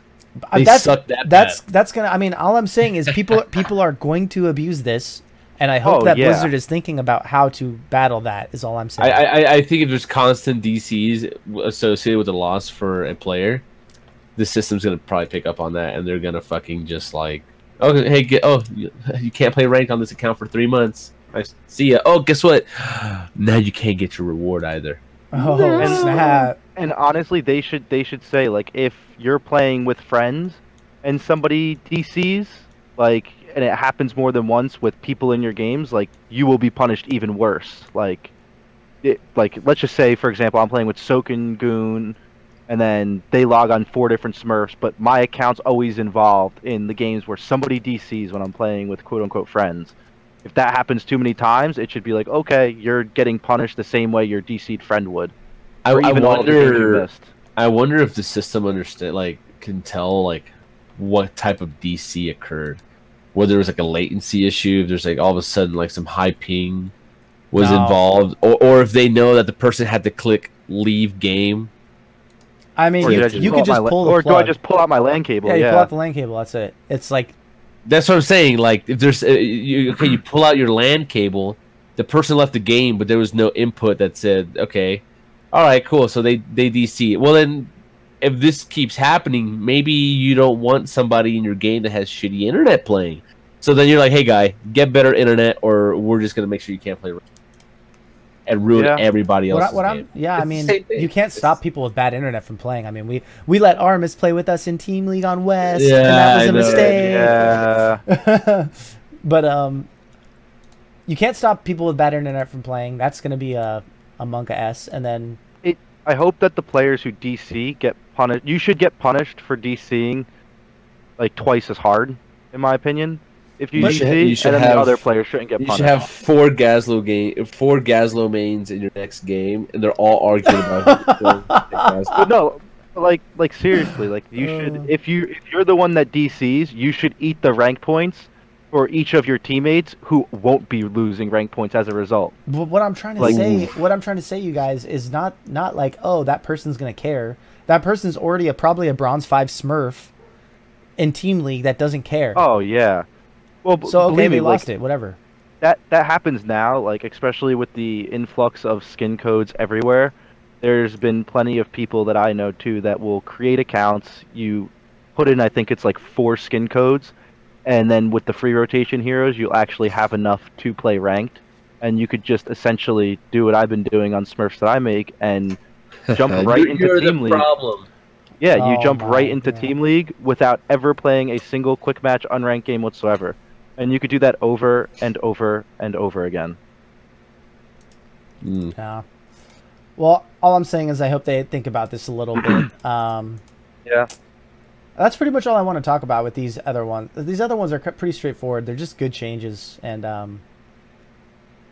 I really hope they do well with the MMR. Like honestly, that is my last like hope for ranked, because when performance-based matchmaking was announced last BlizzCon, I went straight to ranked. I was like, whoa, this is awesome. I need to I want to grind this. I want to do this. Made me want to do it. And then it went down the toilet, and before I even got to experience it, it was gone. And then it's like, okay, well, now I guess I'll just grind, but there's no real cool thing to do with it. Now it's like, okay, well, at least it'll be a combined mode. This is my last chance to feel good about ranked, you know what I mean? That it's going to go somewhere. So if they combine them at the same time and do the MMR implementation at the same time, that will be a big motivation for me to play more ranked. You already know how I feel about just playing ranked in general. I mean, yeah, it's still good to be motivated to play it. To have them motivate you to play it is nice, is all I'm saying. So it'll motivate others. It's I don't need to be motivated necessarily myself as well. It's nice to be motivated by others myself to me. But I want others to be more motivated too. And part of that's on Blizzard to do that. And I think I see. Making the system better is a nice way to do that, you know. So I mean, are you going to be for it. Do you need Soken? Do you need to be motivated to brush your teeth in the morning? Hold my hand, please. Or do you just brush your teeth in the I mean, I hope you brush your teeth in the morning. I think about it, you know. Sometimes I do, sometimes I don't. Anyways. Yeah. That's pretty much it for all the BlizzCon stuff. yeah, that's pretty much all I see here. Those are all like the gameplay updates for the most part. We talked about, you know, the XP changes. We talked about what's coming up next with all the role reworks, the Hero League stuff, Lost Forgiveness, all that good stuff. Does anyone else have anything they want to add to this before we move on? This is actually our first topic, by the way. This is our first topic. Jesus. I'm excited. I'm really excited. Looking forward to these big gameplay updates. And all of this is going to be coming out throughout the year. They said, like, hey, this is everything that's coming out next year. We're not saying when it's going to happen. We just know that it will all be done before next BlizzCon. And that's that. Like, cry all you want, whatever. This is how it's going to happen. And I think that's good. Like, hey, this is what I'm looking forward to next year. Everybody wants all this stuff to happen right now. I understand why they want to take their time, make sure things are working properly, getting the data that they want to develop the game that they want to see. So yeah, I'm excited to play. I've been playing more, and it's only going to get even better as the changes roll out. So yeah, the only thing I am concerned about is, like, I really want this to be out sooner than later, and I'm not saying rush it or anything, but I also don't want to wait a year for MMR. Like, I also don't want to wait a year. I also don't want to wait a year to combine these modes. Like, I want to play this stuff. You know what I mean? I want to enjoy it, and I don't want to have to wait for next year. Where, like, some of the stuff they said they accomplished this BlizzCon, they finished just before BlizzCon. Like, just before BlizzCon, they finished it. So it's like, yeah, you accomplished it, but it's like, I just got it. So, I mean, yeah. They could literally just say, hey, here's a hero, and then never tell you anything else, right? Like, they could easily do that. Well, I mean, people would also quit if they did that, so they can't do that. But I mean, they could still do it. I mean, look at Diablo. They haven't announced anything relevant in how long, and people are still playing Diablo. You know, people are still gonna play this Diablo game. I don't know about that, but that's a whole different story. Anyways. I mean, that argument doesn't fit, because this game is a lot more popular than Diablo. You have a lot more people playing this game, and there are people that do we. Yes, we do. We have a lot. The pro scene for this game is way more huge, worth a lot more money, and there are tons of people, way more people that play this game, guaranteed.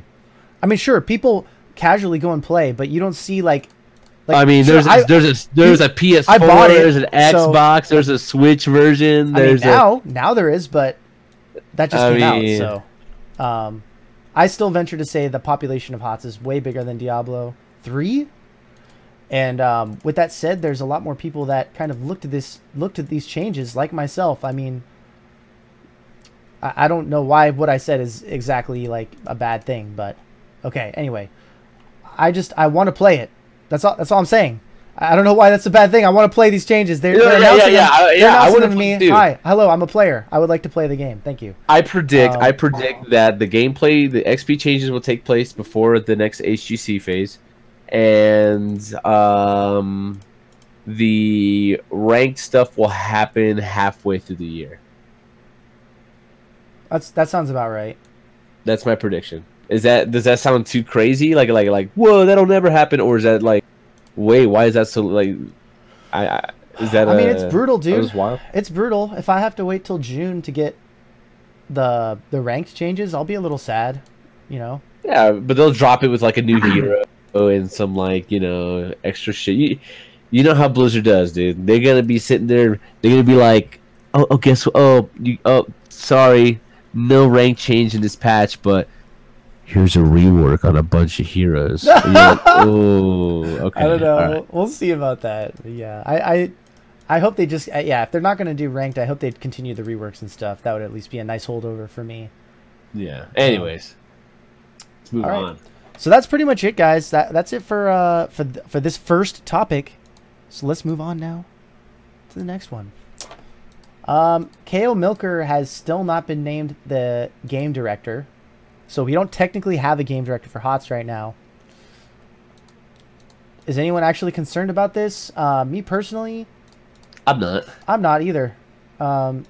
Sure, he has a different title, but I think they're kind of letting them roll with it and figure just kind of see what they can kind of come up with. And I think somebody in that team pretty soon is going to step up, and it's kind of all right, let's see who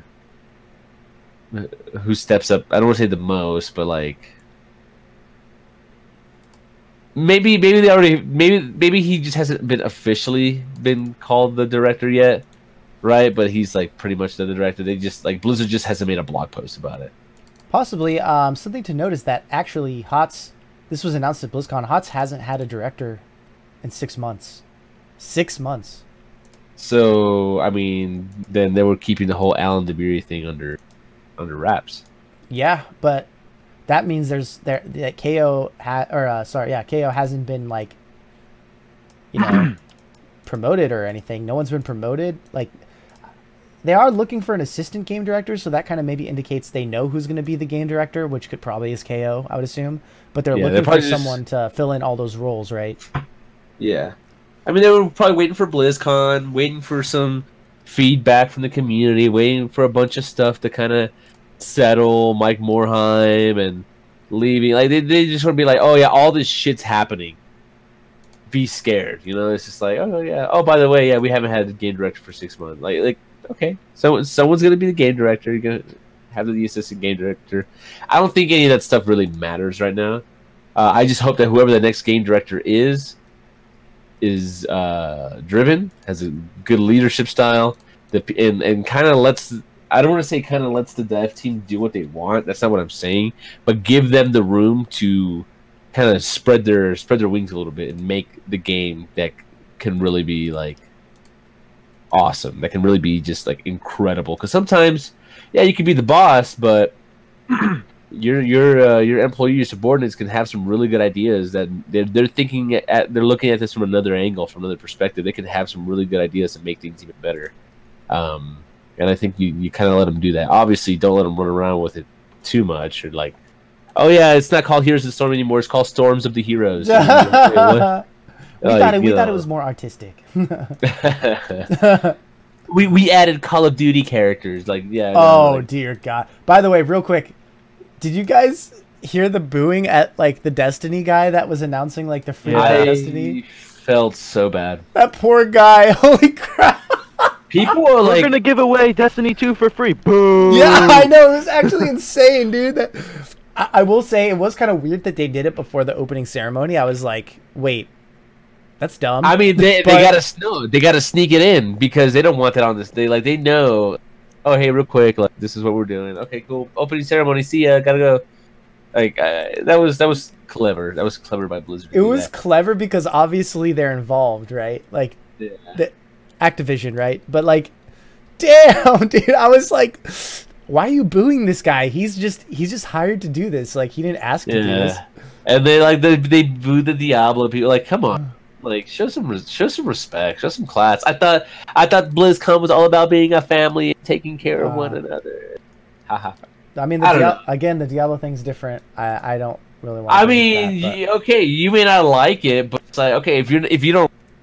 No, okay, you're not gonna play it. I don't want to talk about. I don't really want to talk about Diablo. I feel like it's too too negative, dude. I don't want to get into negativity. I don't know. I'm not. I think everybody else is being negative for no reason. But I think it'll be cool. I saw a post today where somebody put on, I think it was Facebook, where it was there's 30 billion in console games, 34 billion in PC games, and 70 billion in mobile games, and it's clearly a mobile game is a good money grab, and yeah, all right. Remember, Blizzard's owned by Activision. Money grab, gotta get the monies. Maybe that money will be used in HGC next year. Ooh.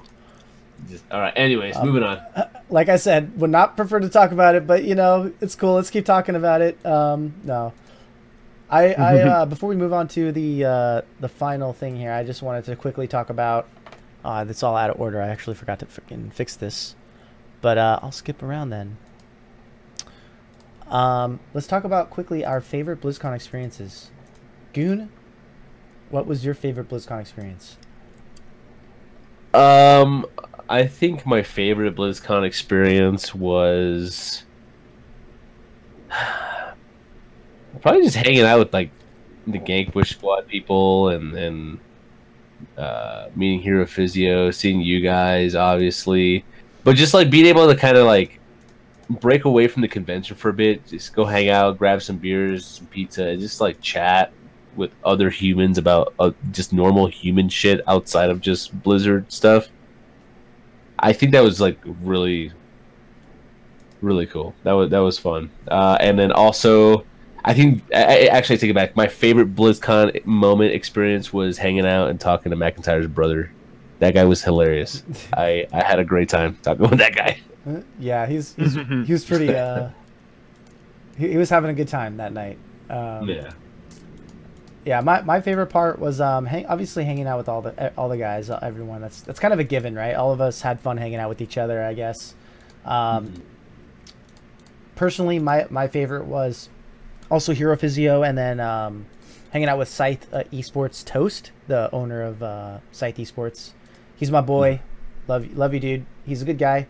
And so just super motivating to be around. Like, him and I had a lot of chats about the future and like grinding it out and everything. I mean, I remember when that guy like just started his podcast, his Dank Shrine podcast, and he was going at it. He was just grinding, just like interviewing Koreans when no one else was doing it, and it's really motivating for me. So there's that. And also I love playing Ana all weekend. Playing Ana was super fun. I had a newfound appreciation for Ana players, good Ana players, I should say.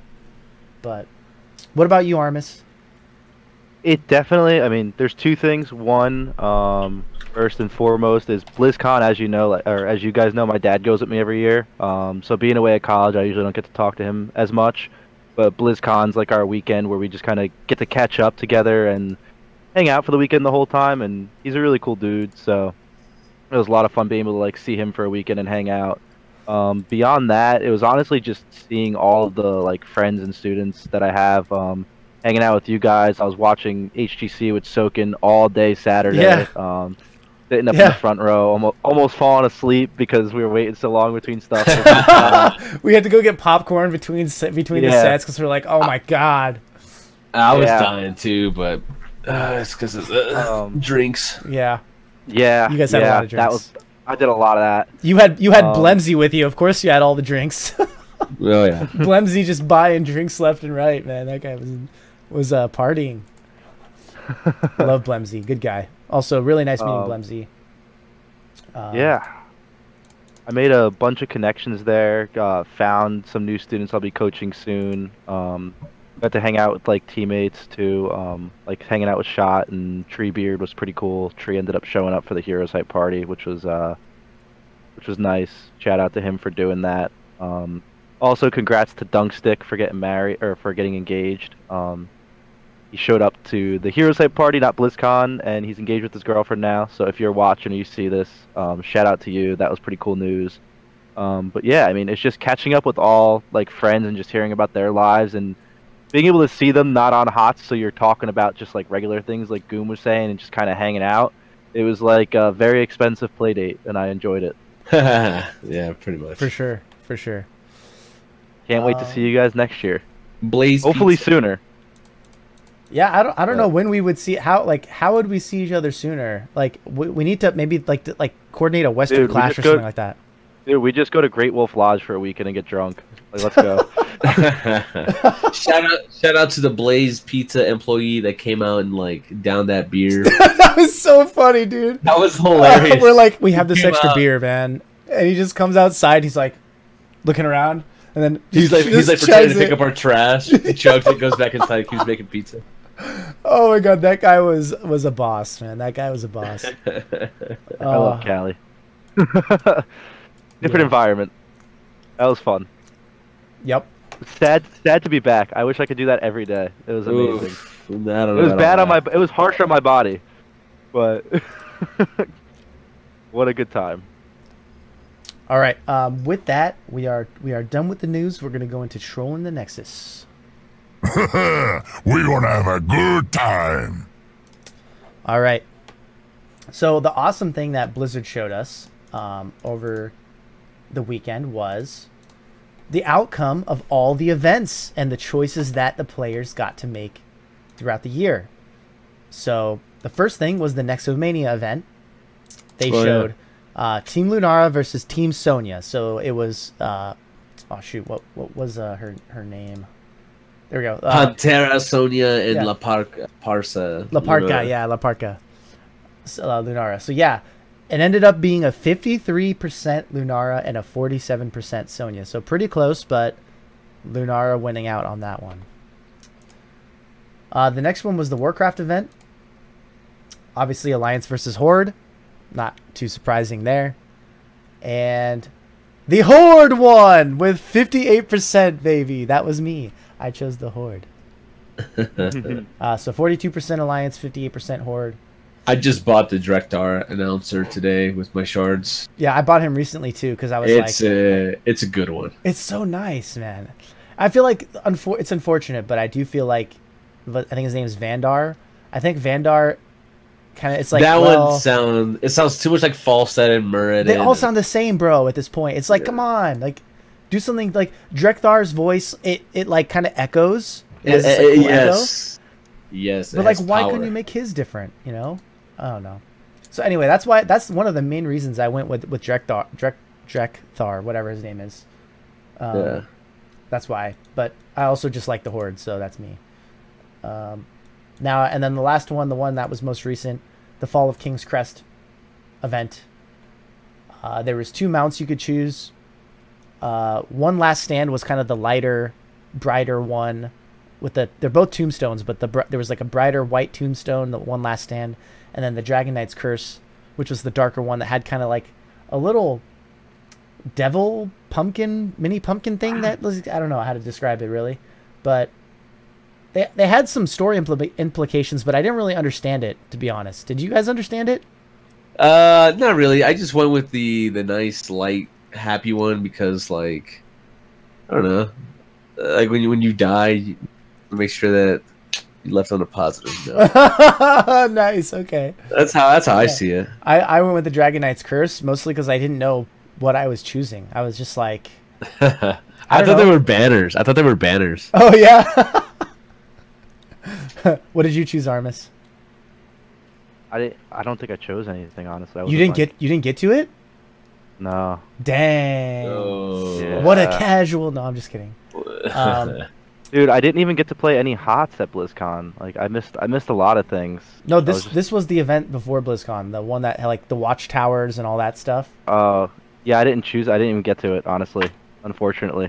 Gotcha. I think, yeah, the Lunara one. I think I picked the Lunara at the time, but I don't think I got to the rest of them.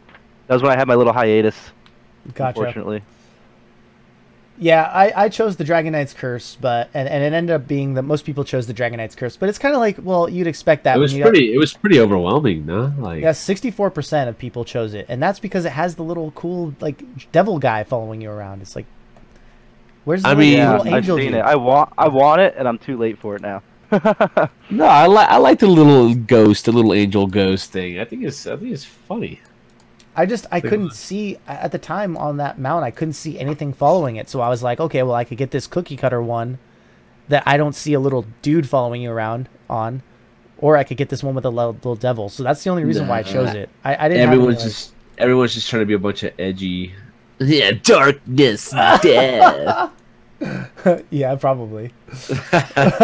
Honestly, probably. Redeemed tombstone. It's like a little happy ghost. Like he. Yeah, it's cool. It's cool. Now that I know afterwards, it's cool. But yeah, that's pretty much it for the event stuff. There was just like 3 that they released for that. We're gonna move on now to the PTR patch. So this is the first step of. This is the first step of what they plan on implementing. Obviously, it's like there's some different stuff in here. So there's the boost stuff. There's a call to the Nexus, or call of the Nexus thing relating to some quick match changes that they're going to make for matchmaking purposes. I didn't go into that earlier because I kind of feel like it's just QM. I don't want to focus on QM too much, so I'm not going to really talk about that. Some interesting changes here relating to channeled healing abilities and spell power modifiers. So Alexstrasza's Lifebinder and Rhaegar's Ancestral are no longer cancelled under any conditions other than the enemy abilities that remove the target from play. Like stasis abilities, basically. So Goon, our resident support main, what do you think the reason was for this type of change? I think now this means that it won't go on a 10-second cooldown, right? Yeah, from what I understand, like you'll cast the ability, and let's say they do enter a stasis or something like that, it will go on a full cooldown. Or does it affect them if they die? Like if the person died while it was being channeled, does it go on a full cooldown? Yeah, I mean that's what this implies to me. I would have to play with it, but if that's the case, I personally like it. One, because Alexstrasza's Lifebinder is pretty insane to deal with in lower levels because it does have that tick heal. If you're able to like stasis them or something like that and put that on a full cooldown, that is some counterplay that's added. That's not bad. That's not bad counterplay. Because a lot of times you just can't kill the target through that tick, and they end up getting the full heal anyways. With Ancestral Healing as well, like they already nerfed the amount of healing that it does, so you don't want to wait anymore to like the 1 HP and then cast it to full heal for full. Now you want to be able to. Now they're like, okay, you're gonna have to cast these sooner, or you just got to be really good and make sure that you're landing it perfectly every time. I don't know. It just requires you're challenging your players to be more skillful, and you're allowing the opponents. You're kind of creating opportunities for your opponents to think of counterplay, to think of ways to, I guess, defeat those methods. So maybe it felt too, it felt like it felt too free. Yeah, like you couldn't punish them fully, right? I mean, yeah, it would go on a 10-second cooldown, but then like they still can cast it 10 seconds later. Let's say you back off and then re-engage. I mean, that's 10 seconds. So you could do a whole Lifebinder again. You could do an Ancestral again. I mean, it does seem, now that I'm kind of thinking about it, like also Lucio, right? Like Lucio sound barriers. Actually, no, that's just related to these two. It's just these two. Yeah, it's just these two. Huh. That's a little weird. I don't know. I don't know how I feel about this yet. I wish they would have said why they're doing it. I always like insight into when they put the developer comments. I really like that. Yeah. I don't know why they're doing this one. Okay, well, there's that. Anyway, now you know. It will only go on a shorter cooldown now for Ancestral Healing for Rhaegar and for Lifebinder on Alexstrasza if you remove them from play. So. Oh, you got to remove them from play. Okay, yeah, so you have to stasis them to give them 10-second cooldown. Otherwise, it's full cooldown. I see. I wonder, do they still get the Ancestral if they get gorged? You do get it if you do, at least as of right now, you get it if you do certain things. Like I remember someone casting Ancestral on someone that kind of disappeared for a second. I think it was Genji. He was in the middle of an X strike. Yeah. And he still got it. Yeah. I died today as Karazim 7-sided striking during a consumed soul from Mephisto. Like he was channeling it, I 7-sided striked, and then like I landed and still died. And I was like, wait, I thought like because I was out of play that channel would kind of go away from me, but I guess not. Yeah. Well, maybe this is their effort to like standardize some stuff for the future, which is much needed. There's a lot of inconsistency. Sure. And I think that's why the spell power modifiers here are being done as well. They're basically saying any percentage-based spell power modifiers stack additively all the time, and it's the default behavior for all abilities and talents unless specified in the tooltip. So that's kind of like the default now. Everything is additive unless specified that is multiplicatively done. Multiplicatively. So like for instance, they changed Zul'jin's Buzzsaw, Hanzo's Dragon Strike center damage, and Gul'dan's Rampant Hellfire Q talent. All of those are additive, which they weren't before, so they're standardizing that. And then now they're saying that there's some that are multiplicative. Am I saying this wrong? No, multiplicative. Okay. You're just thinking about it. All right. Anyway, so now they're specified. These are multiplicative. The Kael'thas, Phoenix, Nazebo, Vile Infection, Lili, Serpent, Lightning Serpent talent, and Leeming Arcane Orb talent. So those are multiplier as opposed to additive. Which is interesting. I don't know. Vile Infection seems like it's going to be pretty busted. Like, even more. Right? Like, Yeah, why would you make Vile Infection multiplicative? Like, what the hell? It's already powerful. Unless Agreed. Unless it was already like that, and they're just stating that in the tooltip now that it's actually that way. Which would be nice. So it seems like they're on the path to putting other things in the tooltips that kind of people have been asking for, like a lot of information. A lot of it is missing. It'd be nice to have a lot of these in the tooltips. So that's good. The dragon on Dragonshire got a little art redo. Did you guys see that? Yeah, it looks really cool. I did. It looks really nice. Yeah, if you guys the splash or the art, the loading screen art changed for it. It looks legit. Like, okay, this is not some baby's first Dragon Knight. It's like an actual. Looks cool. Yeah, it's cool that they're updating it based on the lore. So they changed the announcer on that map too. Like, it doesn't sound the same anymore. Like, it's like the I don't know what the lady's name is. Not the Lady of Thorns, but whatever. Yeah. The lady that she has different lines, sounds a little bit different, says different things. Like when you get to Dragonite, she's like, release or use the power from my husband and blah blah, like saying all this stuff, and I was like, whoa. This is pretty cool. This is pretty cool. They updated it based on the lore, and that's really awesome that they actually decided to do something like that, because it would have kind of brought the way the maps played out of sync, right? I mean, yeah, you have new voice actors, you have all these different people working on the lore now, so it makes sense that they're going back and updating this stuff. It's really cool to see. No, update the lore and kill Blackheart. Oh my god. Kill Blackheart's Bay. Never bring it back, please. Please, God. He's probably tied as my second favorite announcer. He's a good announcer, but damn, I hate that map like so much. Third favorite. What about the new announcer coming out? Oh yeah, Kevin Michael Johnson announcer. Cloaking announcer, best announcer, man. I'm mad that they're probably gonna put that behind a significant paywall, because his voice lines are actually, like, if you're new to the game, are gonna help you understand and learn the game better. I'm serious. I know. Well, the thing is, with some of the new announcers, what they've been doing is putting gold to them. Like the Athena one from Overwatch was a gold one.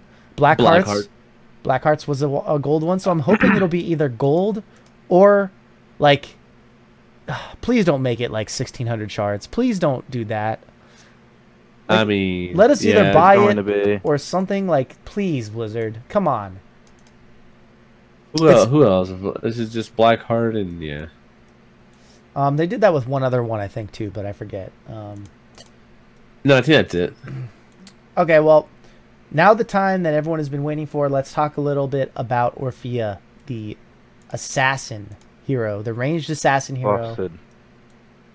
Huh? She's broken. She's broken. Hero's broken. All right, she's broken. Let's move on. No, I'm just kidding. Hero's dumb. So basically, her trait is she gets something called chaos, and she can get up to 3 stacks of chaos. So hitting a hero with a basic ability gives 1 chaos, and while she has chaos, basic attacks against a hero consumes the chaos, dealing 50% increased damage and healing for 100% of the damage dealt. So more chaos equals more damage on your auto, which equals more health returned. So you want to get up to 3 stacks and then auto. So it's kind of a cool little design where she's a mage, but she's actually a mage that has some use for her auto attack, which is kind of cool. I mean, it's not like Vala. Like Vala, you could say is kind of like a mage with, well, she's got some magey abilities. I mean, everyone's like that, but I'm just saying. Yeah, yeah. Her focus is not auto attacking. Like you're not going to kill anyone from just auto attacking only, whereas Vala can do that, right? Yeah, yeah. But she's gonna like like that sneaky little auto. It just reminds me of like Chromie or like Kel'Thuzad, his level 7 talent. With the auto attacks, like it just reminds me of those types of things. So that's kind of how that works for her straight. Her basic ability is she has a Q called Shadow Waltz. After 0.5 seconds, deal damage in a line, and then hitting the hero sets it on a 2-second cooldown and causes Orphea to dash a short distance. So you'll see in like the spotlight trailer, she's kind of like slapping people and then like dashing forward, slapping, dashing. You want to know a fun fact? What? Orphea can actually dash out of Entomb and Zombie Wall, like through the wall. She But floats. she can't- She she- floats, man. But she can't dash through terrain though. Like, She can't dash through terrain, but Entomb doesn't count as terrain, remember? Yeah, it is a little weird how they. Yet another thing, consistency needed here, Blizzard. When you have a chance, but yeah, so it's kind of like a little mobility tool. Rewards you for hitting your Q. You can constantly cast it, kind of like a Kerrigan Q in a way. And then her W ability is Chomp. After 0.6 seconds, deal an AoE damage in front of Orphea, so it's a very melee thing. Her E is Dread, so she releases a wave that kind of spreads out. You have time, you see it coming. After 0.75 seconds of reaching the end of its path, it explodes and slows in the area. So it does damage and slows in the area for 2 seconds. So there's a lot of combo potential here. And you've seen it in the Spotlight video already, probably. So you kind of... And also videos on Reddit. Like, if you haven't seen Reddit, Orphea's just one-shotting, like, 3 people. Kind of insane. Her ultimates are... The first one is Eternal Feast. After 1.5 seconds, deal 210 damage in the area. And if it hits, it will continue to do it every second for as long as there's someone in the area. so many dead BlizzCon teammates from that ult. They had no idea what was happening. I know. Same here, dude. I got hit so many times from that, and I was like, wait, what is happening right now? It's a lot of damage, actually. Yeah. And then kind of the combo ultimate that people are using called Crushing Jaws. After 1.25 seconds, pull enemies in an area towards the center, dealing damage and stunning them. So that's kind of the one that's a combo thing. It's like crush them up and then, you know, chomp, slap, slap, slap, slap type of thing.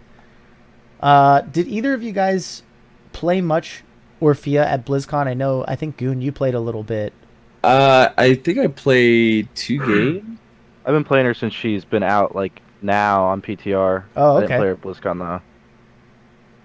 How was your guys' experience for Orphea? I personally think she's so busted. a little busted right now, but a lot of the pro players like her as she is. They feel like, oh, someone should be able to 1v3 if you're that good enough. There's some stuff that's like really like it's like they're insanely overtuned right now. Yeah. Orphea in the solo lane is just stupid. Like, why is Orphea the best solo laner in the game? She's got some uncapped damage talents that are just too easy to stack up. The rewards are too great. Like her level 7 Ravenous Hunger. Yeah. Dumb. It's insane. Honestly, it's kind of what I expected for the first Nexus hero. Obviously, is going to be super busted, but I hope that they honestly look at all these clips and go, hey, like, we should tune her down. Because a lot of the times, they have not been doing that recently with new heroes. Look at her level 13. After dashing with Shadow Waltz, Orphea gains 50 spell armor, stacking up to 2 times. 100% spell armor. That's a little much. 75. 75. While Orphea has determination, her physical damage is increased by 15%. This is still the same level 13 talent. What? Like, okay, let's just shove Orphea in the solo lane. If, like, there's a Blaze up there, like, don't worry, he can't deal any damage. Because she's just going to hit him twice for free, because it's really hard to miss Q on a Blaze, and just become infinitely tanky. And that sounds like a great idea. I look, everyone thinks she's overtuned. I completely agree. But I just hope Blizzard is like actually paying attention to this one, because a lot of the times they'll just release heroes. Well, on the AMA, in the say that the build that they have on PTR right now is an older one, and that she's already had some balance tweaks. Okay, all right, that's good to hear. That's good to hear, and we'll get to that AMA later as well. So that'll be cool to review that. Yeah, I actually did not play Orphe at all, because I am of the mindset of, for me, I have no motivation to play new heroes that I know are busted and gonna get fixed. So I will wait until she is balanced, and I will go from there. And then I'll probably play her at that point. But I won't play her right now, because I don't find it fun just one-shotting 3 people. That's not fun to me, especially if it's gonna get balanced. So you should try it. It's fun. It's fun like the first couple times, and then I don't know, it's not really as fun anymore. At least Kel'Thuzad, his one shots are like takes some kind of like a lot of skill. You know what I mean? I don't feel like this takes as much skill to pull off. But maybe that's just me. All right, the last thing here we're gonna talk about is Gul'dan got a little buff on the PTR. His Rampant Hellfire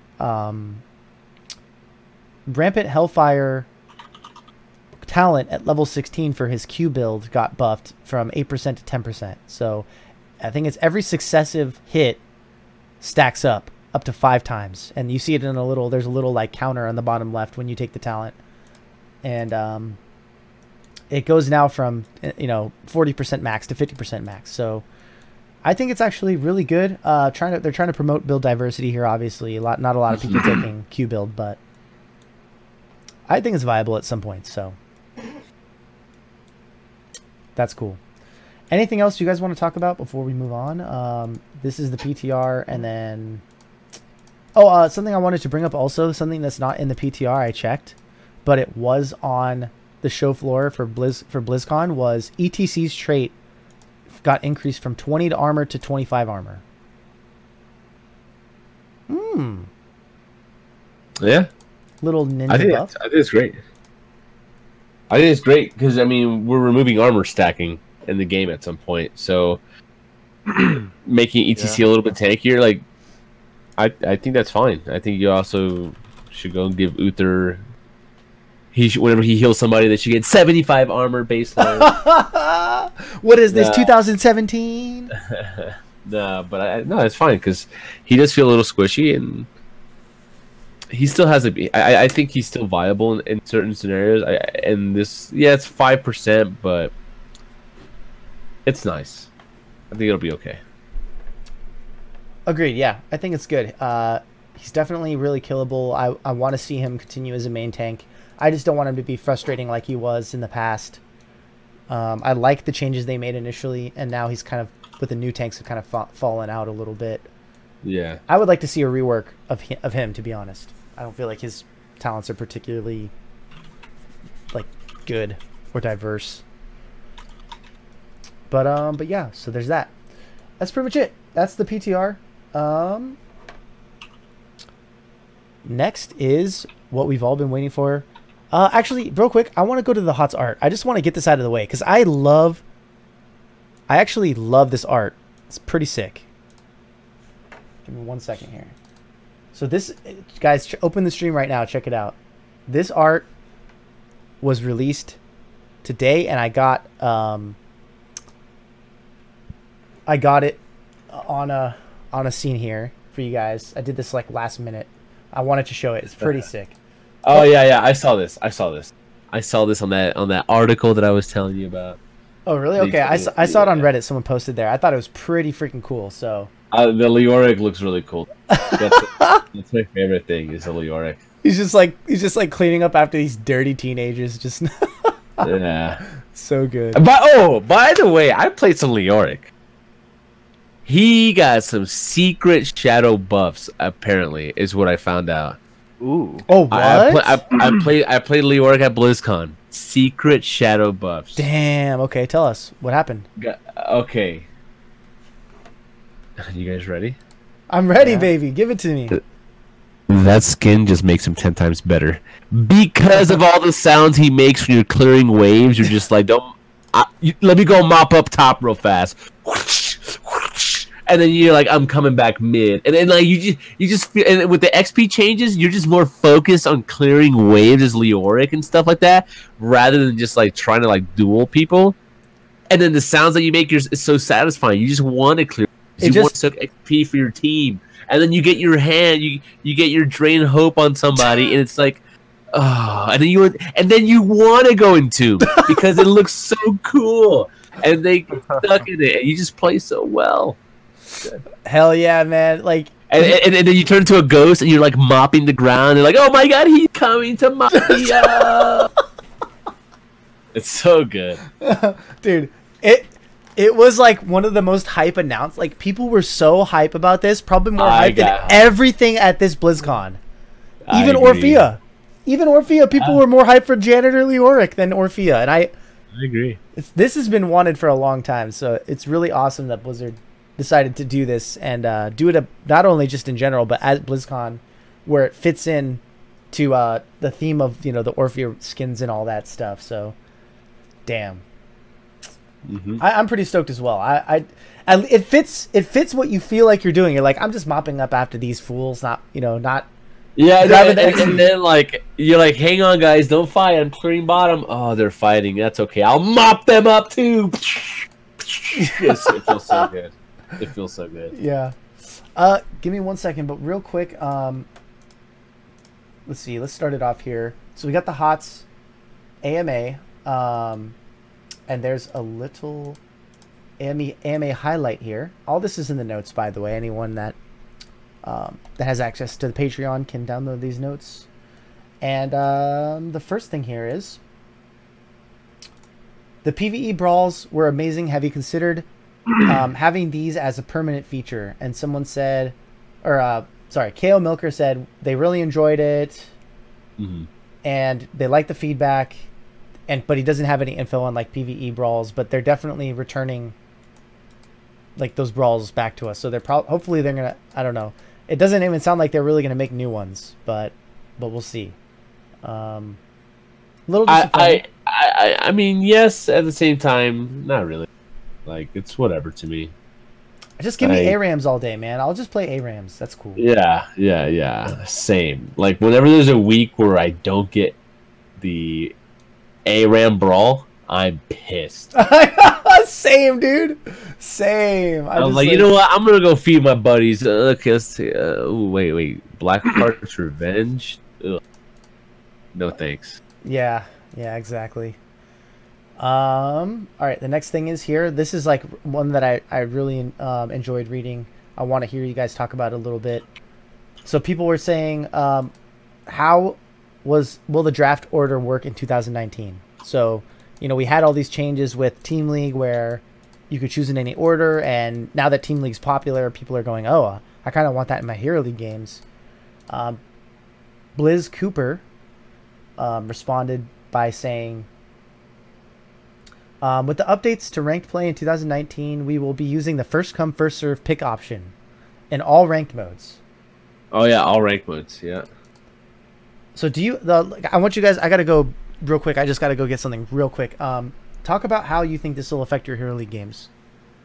Monka S. Nah, I don't know. Like, I think people, especially in Hero League, with the new Hero League setup, and with a lot of the Hero League trolls kind of disappearing off into Team League a little bit, and trolling in there, I don't think we'll get as many troll first picks and stuff very often. And we'll create some flexibility. Hey, every time I go into a game, it will probably also cause more communication, which brings me to this point here. Every time I go into a game, I'm like, hey, I prefer support.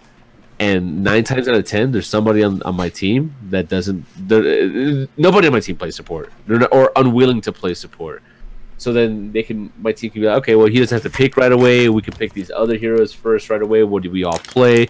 There's more communication happening. There's more coordination happening. And maybe you may not win every game, but you'll probably have fun. You'll probably have more fun more often.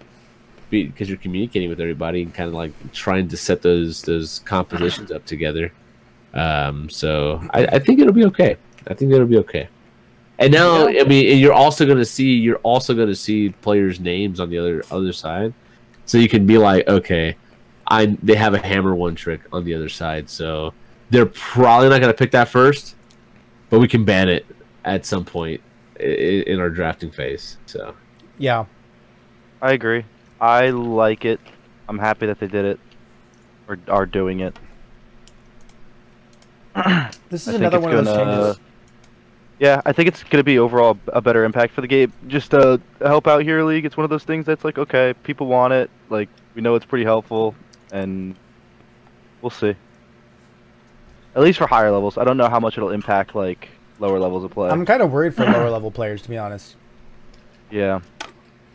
Those games can be kind of trolly sometimes, you know? But they were going to do those picks anyway. It's like, it doesn't matter what order. Like, that Gaz player is going to pick Gaz. You know, it doesn't really matter. Yeah, exactly. Whether you first pick it or last pick it, like having that, I don't know how much it really matters, you know? Like, it depends, because if you have the players in your team that want to win, you're going to have a good draft. If you have the players in your team that just don't care and they're going to troll pick, regardless of if they pick it first or last, it's not really going to help you. Yep. But, and also, like, at least you can try and draft around the people that are stuck in their ways. That's really nice. Like, oh, I have a Sergeant Hammerman on my team. I can see it on his profile. All right, guys, let's ban Li Ming. Let's pick up a nice solid Garrosh pick here. Let's do all that stuff, right? So you want to protect the hammer. So that'll be kind of cool. You can maybe coordinate some drafts like that. All right, what's next here?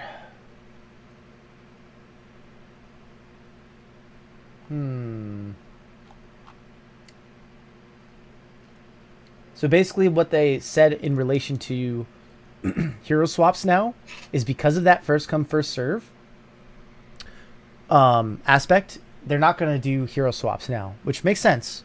You don't need to hero swap anymore since there's no order. Yeah. However, I think hero swaps would still be important because, like, okay, hey, Genji, we need Genji first pick. Let's pick that. Okay, all right, cool. We'll pick that up. All right, we need this. All right, cool. And then all of a sudden something gets banned or they pick something where you need something else, and it's like, oh, this would work out nice here. Oh, I'm not very good with that. I'd rather play Brightwing or something. I'm better with Brightwing than I am with Cassia, and someone's already picked Brightwing or something like that. Then you're just like, okay, well, pick it anyways, and we can swap afterwards. No big deal, and still have the draft that we want with the people playing what they want to be playing. Does that make sense, or is that too much? I see what you're saying. I definitely agree that in like a theoretical, like, best world scenario, that's how draft will work out, and that's how it used to be for us when we did a lot of the competitive stuff we used to do. Yeah, I would pick Li Ming, but then, like, oh, we need a Falstad now. You're our Falstad player, but you have Li Ming. You know, so I think the one thing that I'm most concerned about with this, the first come first serve, is everyone's gonna be like, let me fill. No, I'll fill. No, I'll fill. It's like, you all suck anyways. No, it don't matter. Just pick something. I think it's gonna be the opposite of that. I think people are just gonna first pick like whatever they want. That's what I'm gonna do. I don't know. I like the way it's set up now because you kind of figure out a puzzle piece. Like you kind of figure out the puzzle. People are pretty okay about picking decent enough things, and for me as a support player, I'm always looking to flex. Like, everyone's like, oh, I'll flex, I'll fill. But for me, like, as a support player, I find that most of the flexing is done in that support role, and it's fun and it's interesting. Like, I mean, I played some Uther today, dude. Come on, Divine Storm Uther. Like, that was fun. That was a fun game, even though I feel like I didn't do jack, but just run around, stun people, and throw a Q every once in a while. Well, I mean, 100%. Like, tank and support are the biggest flex roles in the game. I don't know if tank is so much, but definitely support. I mean, the way you engage is 100% important. True. I mean, yeah. But like you're not going to want an ETC as much as you're going to want a Garrosh or something for like a hammer comp, or like it's just, you know, some kind of argument like that. But that's also ideal world, so I don't know. At the end of the day, will it matter? Probably not. I mean, people are going to choose whatever. Hopefully it leads to better drafts, but only time will tell, you know, how people abuse it or not. Yeah, and as a support main, I'll be like, hey, just go ahead and pick all the good stuff. Don't worry about me. We don't need a healer right now. But in reality, I just want to flex as a support player, as a healer. All right, so steal the fill and the flex from everybody else. You know how we're kind of talking about the team league, how team league is right now, and how like bad it is sometimes. They did say here for party restrictions, they're going to lift like party restrictions as well as hero ownership level restrictions will return with the release of the new ranked mode. So it seems like they're talking about the combination of team league, hero league stuff, I guess. The one change they're planning on making here is that if you queue up as a group of 5, we will remove these party restrictions, but we will set the party MMR to match the most skilled player in the party. So a GM can play with a bronze friend, but they're going to get matched against other GMs for like a 5 group. Okay. That's really nice. How does it affect points won and lost? It should be standard at that point, right? Like pretty standardized. I would hope that they wouldn't be like, oh, you have a bronze on your team, so therefore you're going to gain more points if you beat GMs or lose more points if you don't. No, I don't think so. Like I think that's what they're also trying to say. I mean, at least I would hope. Because that's how it is now, right? That's kind of what kind of sucks in some way. Yeah, is that like if you're playing with your GM friend and you pair up against, let's just say like your bronze, your friend's GMs, you pair up against all plats. If it evens out the MMR, you end up getting obviously that same amount of points, but if you end up getting paired against all GMs, you'll gain all those bonus points. Right? Or at least that's how that used to happen when you could match against people who were significantly higher ranked. I don't know if that's going to be a good or bad thing though, because like that'll discourage a lot of high ranking players from playing with like lower rank friends. Like I would be forced to never play with like silver or gold friends if that's the case, which is a lot of people on my list. Oh shoot, I forgot to change this this thing here. Hold on. All right. Let me just do like maybe one more question here on the AMA.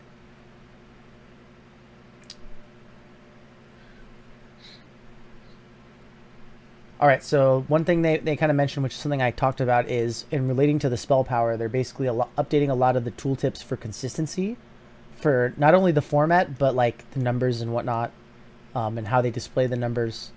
And what else? One more. They talked about how did you decide whether or not to include heroes into multiple roles? So like for instance, right, you got Varian, multi-class, can be a main tank, can be a bruiser. How did you just decide to not put him in both?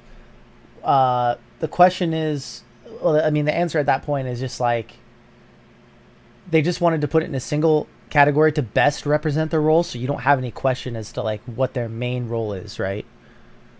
That's kind of like how it breaks down, and then you kind of can have tags that I talked about before. Like they still plan on bringing back the tags, or implementing the tags. So you're gonna know like when you see Varian and Bruiser, it's gonna have a tag like multi-class or like also a tank tag or something like that. Yeah.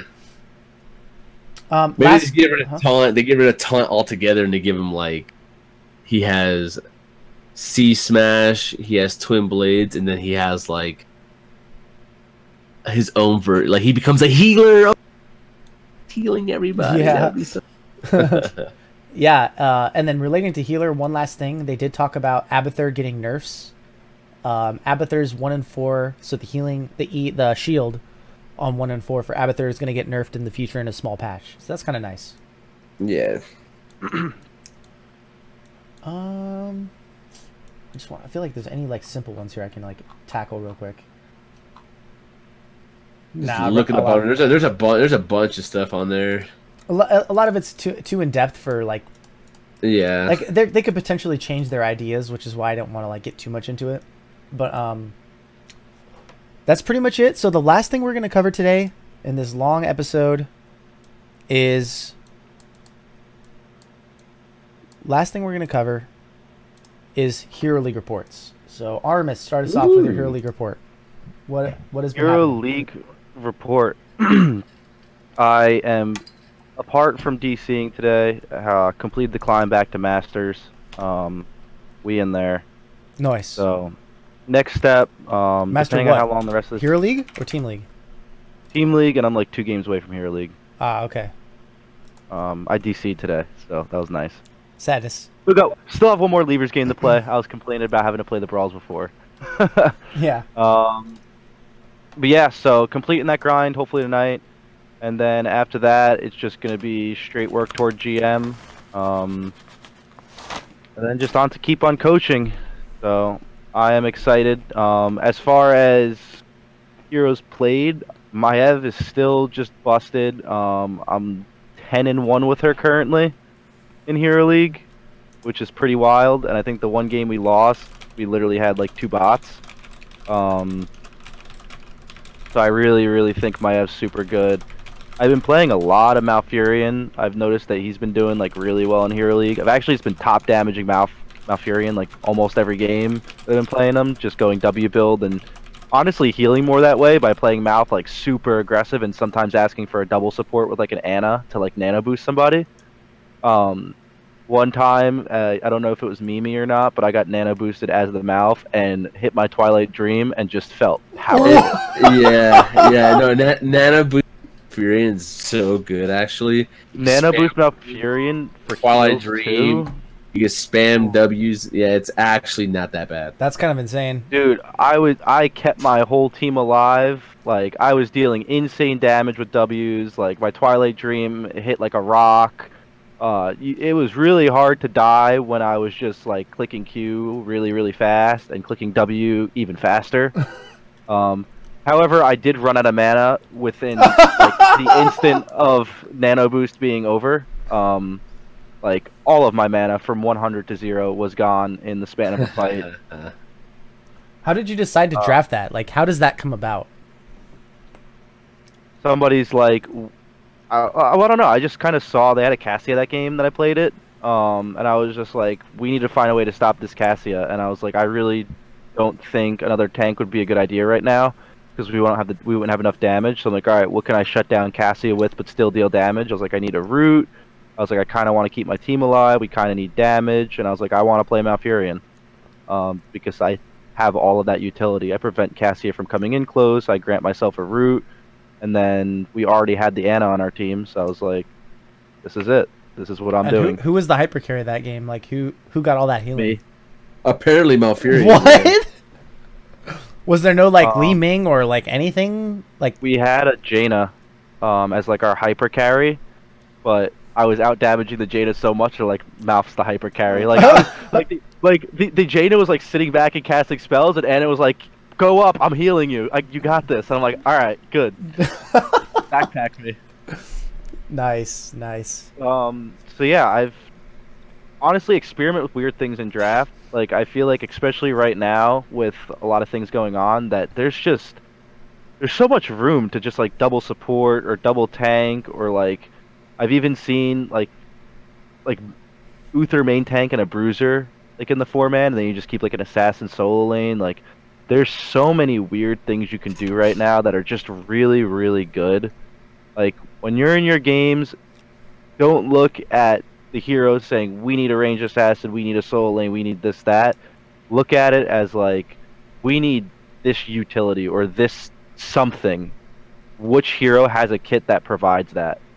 And if you think you have somebody that provides that, regardless of what hero or what role it is, do it. Like take it. Go for it. Try it out. I would suggest that for Masters players for sure. I don't know that I would suggest that for like silver to gold, because potentially you could tilt your team right by not taking a tank. I mean that's pretty tilting. Yeah, it is pretty tilty. I mean, unless you can explain it and have your team on board, I've told a bunch of like students of mine that are around the same rank to try it when they're in like team league and things like that, and they've really enjoyed it with their friends, and have seen themselves doing pretty well. That's good. Team league is a good place to experiment. I think for that. Yeah, I mean that's what most people have been playing lately, which is good. So I don't know, give it a shot. Overall, Hero League report's pretty good. Win rates are sitting at about 60% for Hero and Team League now. I think I'm a little over 60 for Team League and like 59 for Hero League currently. But we're looking to cap those both over 60%. I'm hoping to try and hit the 70% mark before the end of the season. We're going hard. So dang. All right. If we can do it. Cool. What about you, Goon? Give us a report. You've been playing a lot. Yeah, I've been playing the past couple days pretty consistently. Today I played 7 games, I think. Yeah, I won 4, lost 3. The past like day I've won like 2. I've won a lot of games. I did hit a bad streak earlier on. I fell back to Diamond 3, climbed back up to Diamond 2, and I'm like hovering around there. It's all support only. Just playing support, that's it. So you know, I don't want to say I'm at the mercy of my teammates, because I don't think that's necessarily the case all the time, but they do make it, they do provide an extra challenge, for sure. So Kyrion on your team. I know. We played Monk today a couple times, won both those games. Played some Brightwing, Tyrande. It's been Brightwing, Tyrande, Karazim are the most common right now that I've been playing. A lot of Tyrande. I had a good stretch with Tyrande the other day.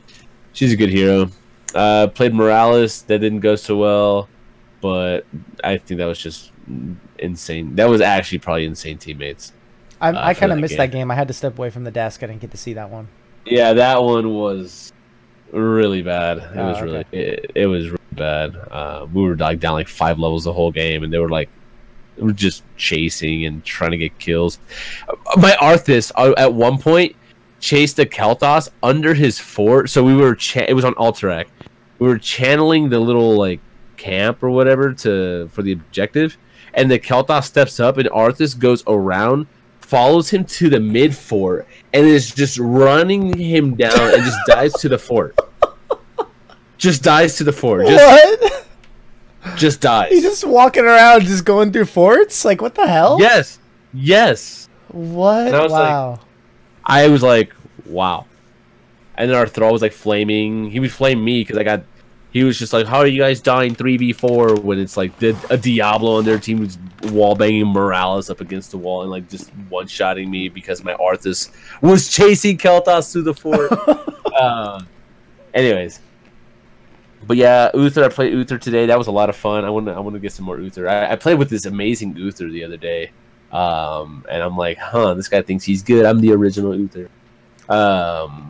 But yeah, I'm gonna get better with him. I had some good Brightwing games as well too. I'm enjoying it. I'm enjoying the grind. It's just, I queue up. I just focus on myself and just try to make the play. I find that whenever I'm trying to do too many other things, trying to like tell my team how to play or whatever, I'm just taking energy and focus away from like my actual mechanics and just being able to outplay my opponents and outplay my teammates by keeping them alive.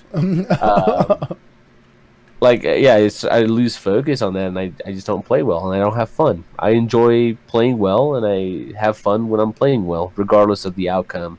I'll get emotional. I'll get I'll get a little pissed, or like I'll drop a couple bombs here and there, but overall, it's just like, well, I had a good time. I made some plays, and that's what matters to me. So. Exactly. I mean, at the end of the day, that's all you can really do is just make plays. Yeah. So I'm making sure I'm making the plays to keep my team in the game, and I'm making sure that the enemy team doesn't make plays on me. So, we're gonna keep going though. Tomorrow we'll be getting back on it. Cool. You're gonna be streaming again tomorrow? Yeah. Okay. Cool. Tomorrow. Sounds good. As for me, I've played, I want to say 5 ranked games total I think 4 of them were Team League, and 1 of them was Here League, and that was not last night, the night before. So Tuesday, yeah, Tuesday. I decided, you know what, I just want to play some Team League, see how it goes, what it's like this time of season. Not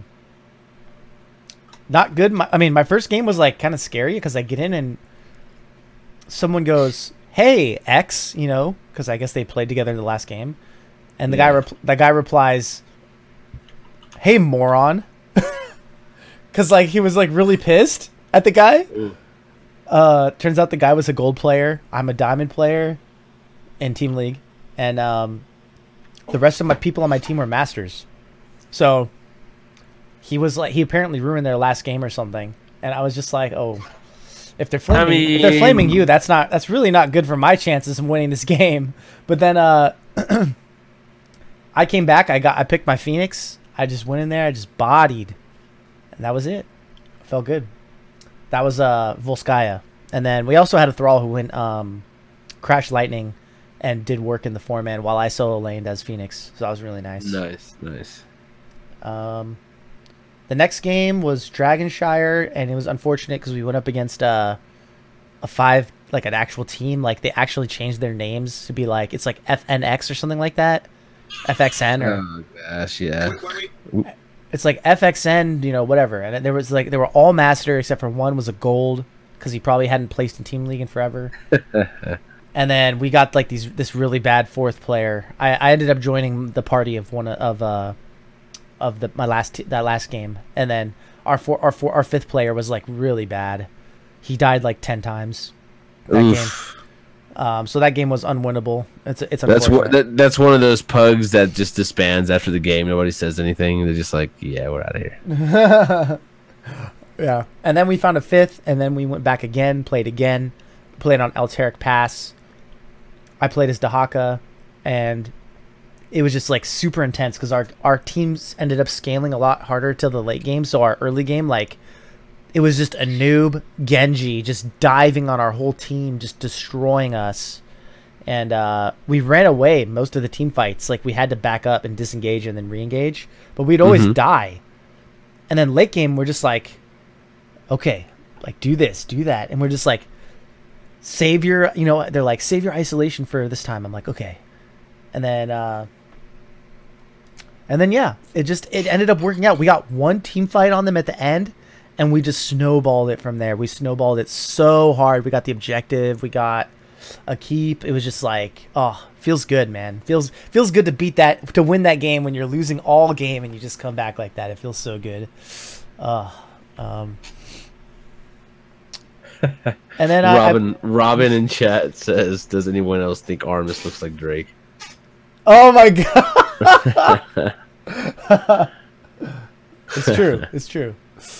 And then my last game was a Hero League game because everyone else left, so I was like, all right, I'll just play some Hero League now. And unfortunately, I got a Valera main. It was very unfortunate.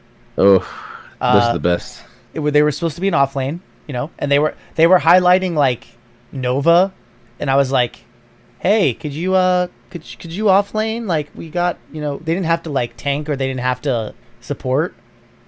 Yeah. And so I was like, you gave him a chance. You gave him an opportunity to, like, you know, to pick an off lane. Yeah. I was like, all right, you know, they'll be fine. They're just doing that for like giggles, right? And then they wait until the counter goes to 1, and they switch from Nova to Valera. And I'm like, you son of a bitch. Like, you son of a... We handed you this game on a platter. We have this epic draft, and you go Valera. And then I was like, you know what? All right, it's fine. Everything's fine. We can make this work.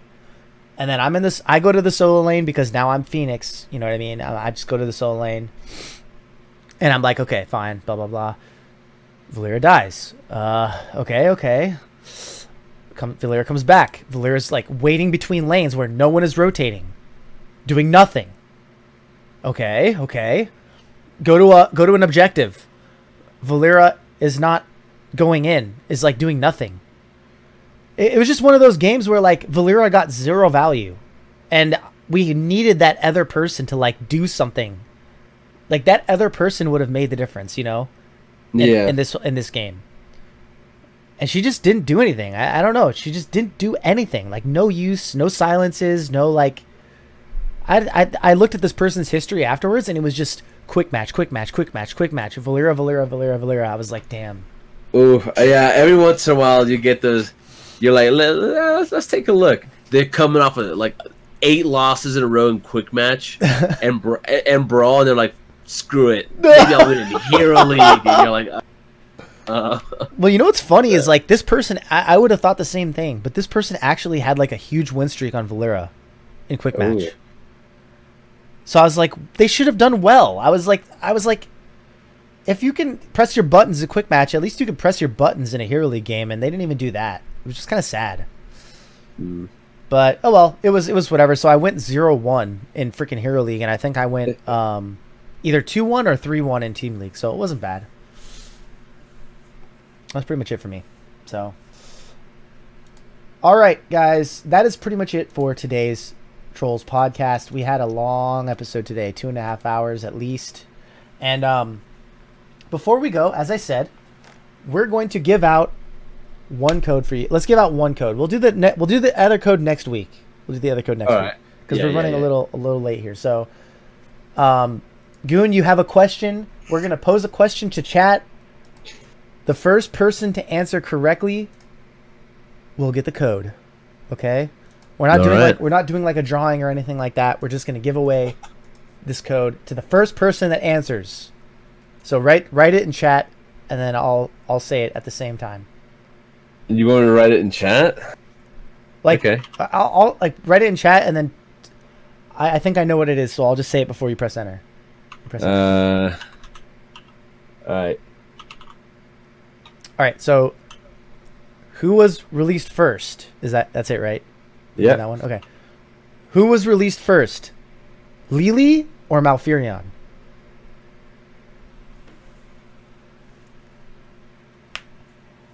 Who was released first? Lily or Malfurion? Damn. That's it, right? Damn. Yeah. Tower Baron on point. Tower Baron just snapped. Oh my god, Tower Baron, you said playing the system? Just playing the system like that? No, man. Just kidding. I feel like we gotta disqualify you, dude.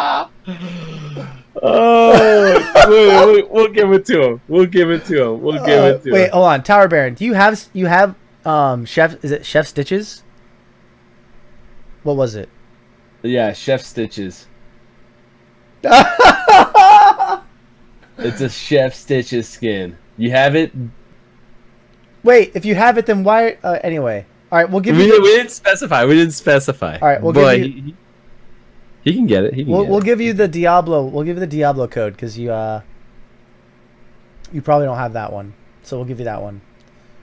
And that's it for today. That's all we're gonna do for today. Next week, all right, guys, listen. Next week, we are going to give out the Chef Stitches code. All right. I want you guys to tell your friends that we're giving away stuff. All right, we're like liquidating all these assets. I do have another question if you wanted to do one real quick. Let's save it till next week. We're gonna start. It's a good one. It's a BlizzCon related one. That's why I was gonna do it today. BlizzCon related.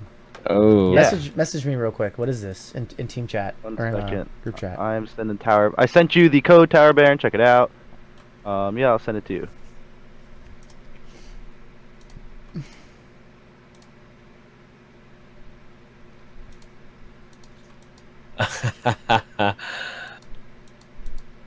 Oh God. That we're gonna be here all day as they Google that question. Oh my God, yeah. Look, let's spread this out, all right? Let's spread this out. We want to we want to spread this out. All right, well guys, look. In the coming weeks, all right? In the coming weeks, we are going to be giving out character codes every week for, let's say, the next 2 weeks, at least 2 weeks. We have a lot more character codes. We could do it for the next. We'll do it for the rest of the year. Yeah. Let's do it for the rest of the year. So we have a Glam ETC. We have a Chef Stitches. We have We have other stuff. We'll figure it out. All right. Look, come back next time. Make sure you get that character code. Yeah, and for the listeners, watch the live stream. Yeah. Too bad. No, I'm just kidding. Not too bad. That was my Bush League coming up. You know what? Let's have a Twitter giveaway at some point. Yeah. I was saying we're gonna do something on Twitter, so you guys head keep an eye out. Yeah, make sure you follow the Nexus Trolls Twitter, as well as mine, and we'll get to that in a second. You know, all that. Make sure to follow all of our Twitters, because we're gonna start announcing stuff like this. You're gonna miss out. All right. So we're winding down this episode of the Nexus Trolls. Thank you all for listening to Nexus Trolls, a Heroes of the Storm podcast, which we stream live to our Twitch channel, twitch.tv/trollsgg every week, Thursday at 9 p.m. Eastern, 6 p.m. Pacific. If you enjoy the stream, you can support us in a variety of ways. Here on Twitch, you can throw us a Tier 1 subscription, or through Amazon Twitch Prime. You can subscribe to our show on iTunes, Google Play, Stitcher, wherever you happen to find your podcasts. Of course, as I mentioned earlier in the show, patreon.com/trollsgg is the best way to support us on a weekly or on a monthly basis. It helps a lot. Gives us motivation to continue bringing content. And then also any word of mouth you could do by telling your friends, something as simple as when you see a Reddit thread that's like, oh, these podcasts, these are nice podcasts, and you mentioned our podcast. It'd be really, really helpful. Those are really helpful things for us. So anything you could do there for visibility is really good. And thank you for that ahead of time.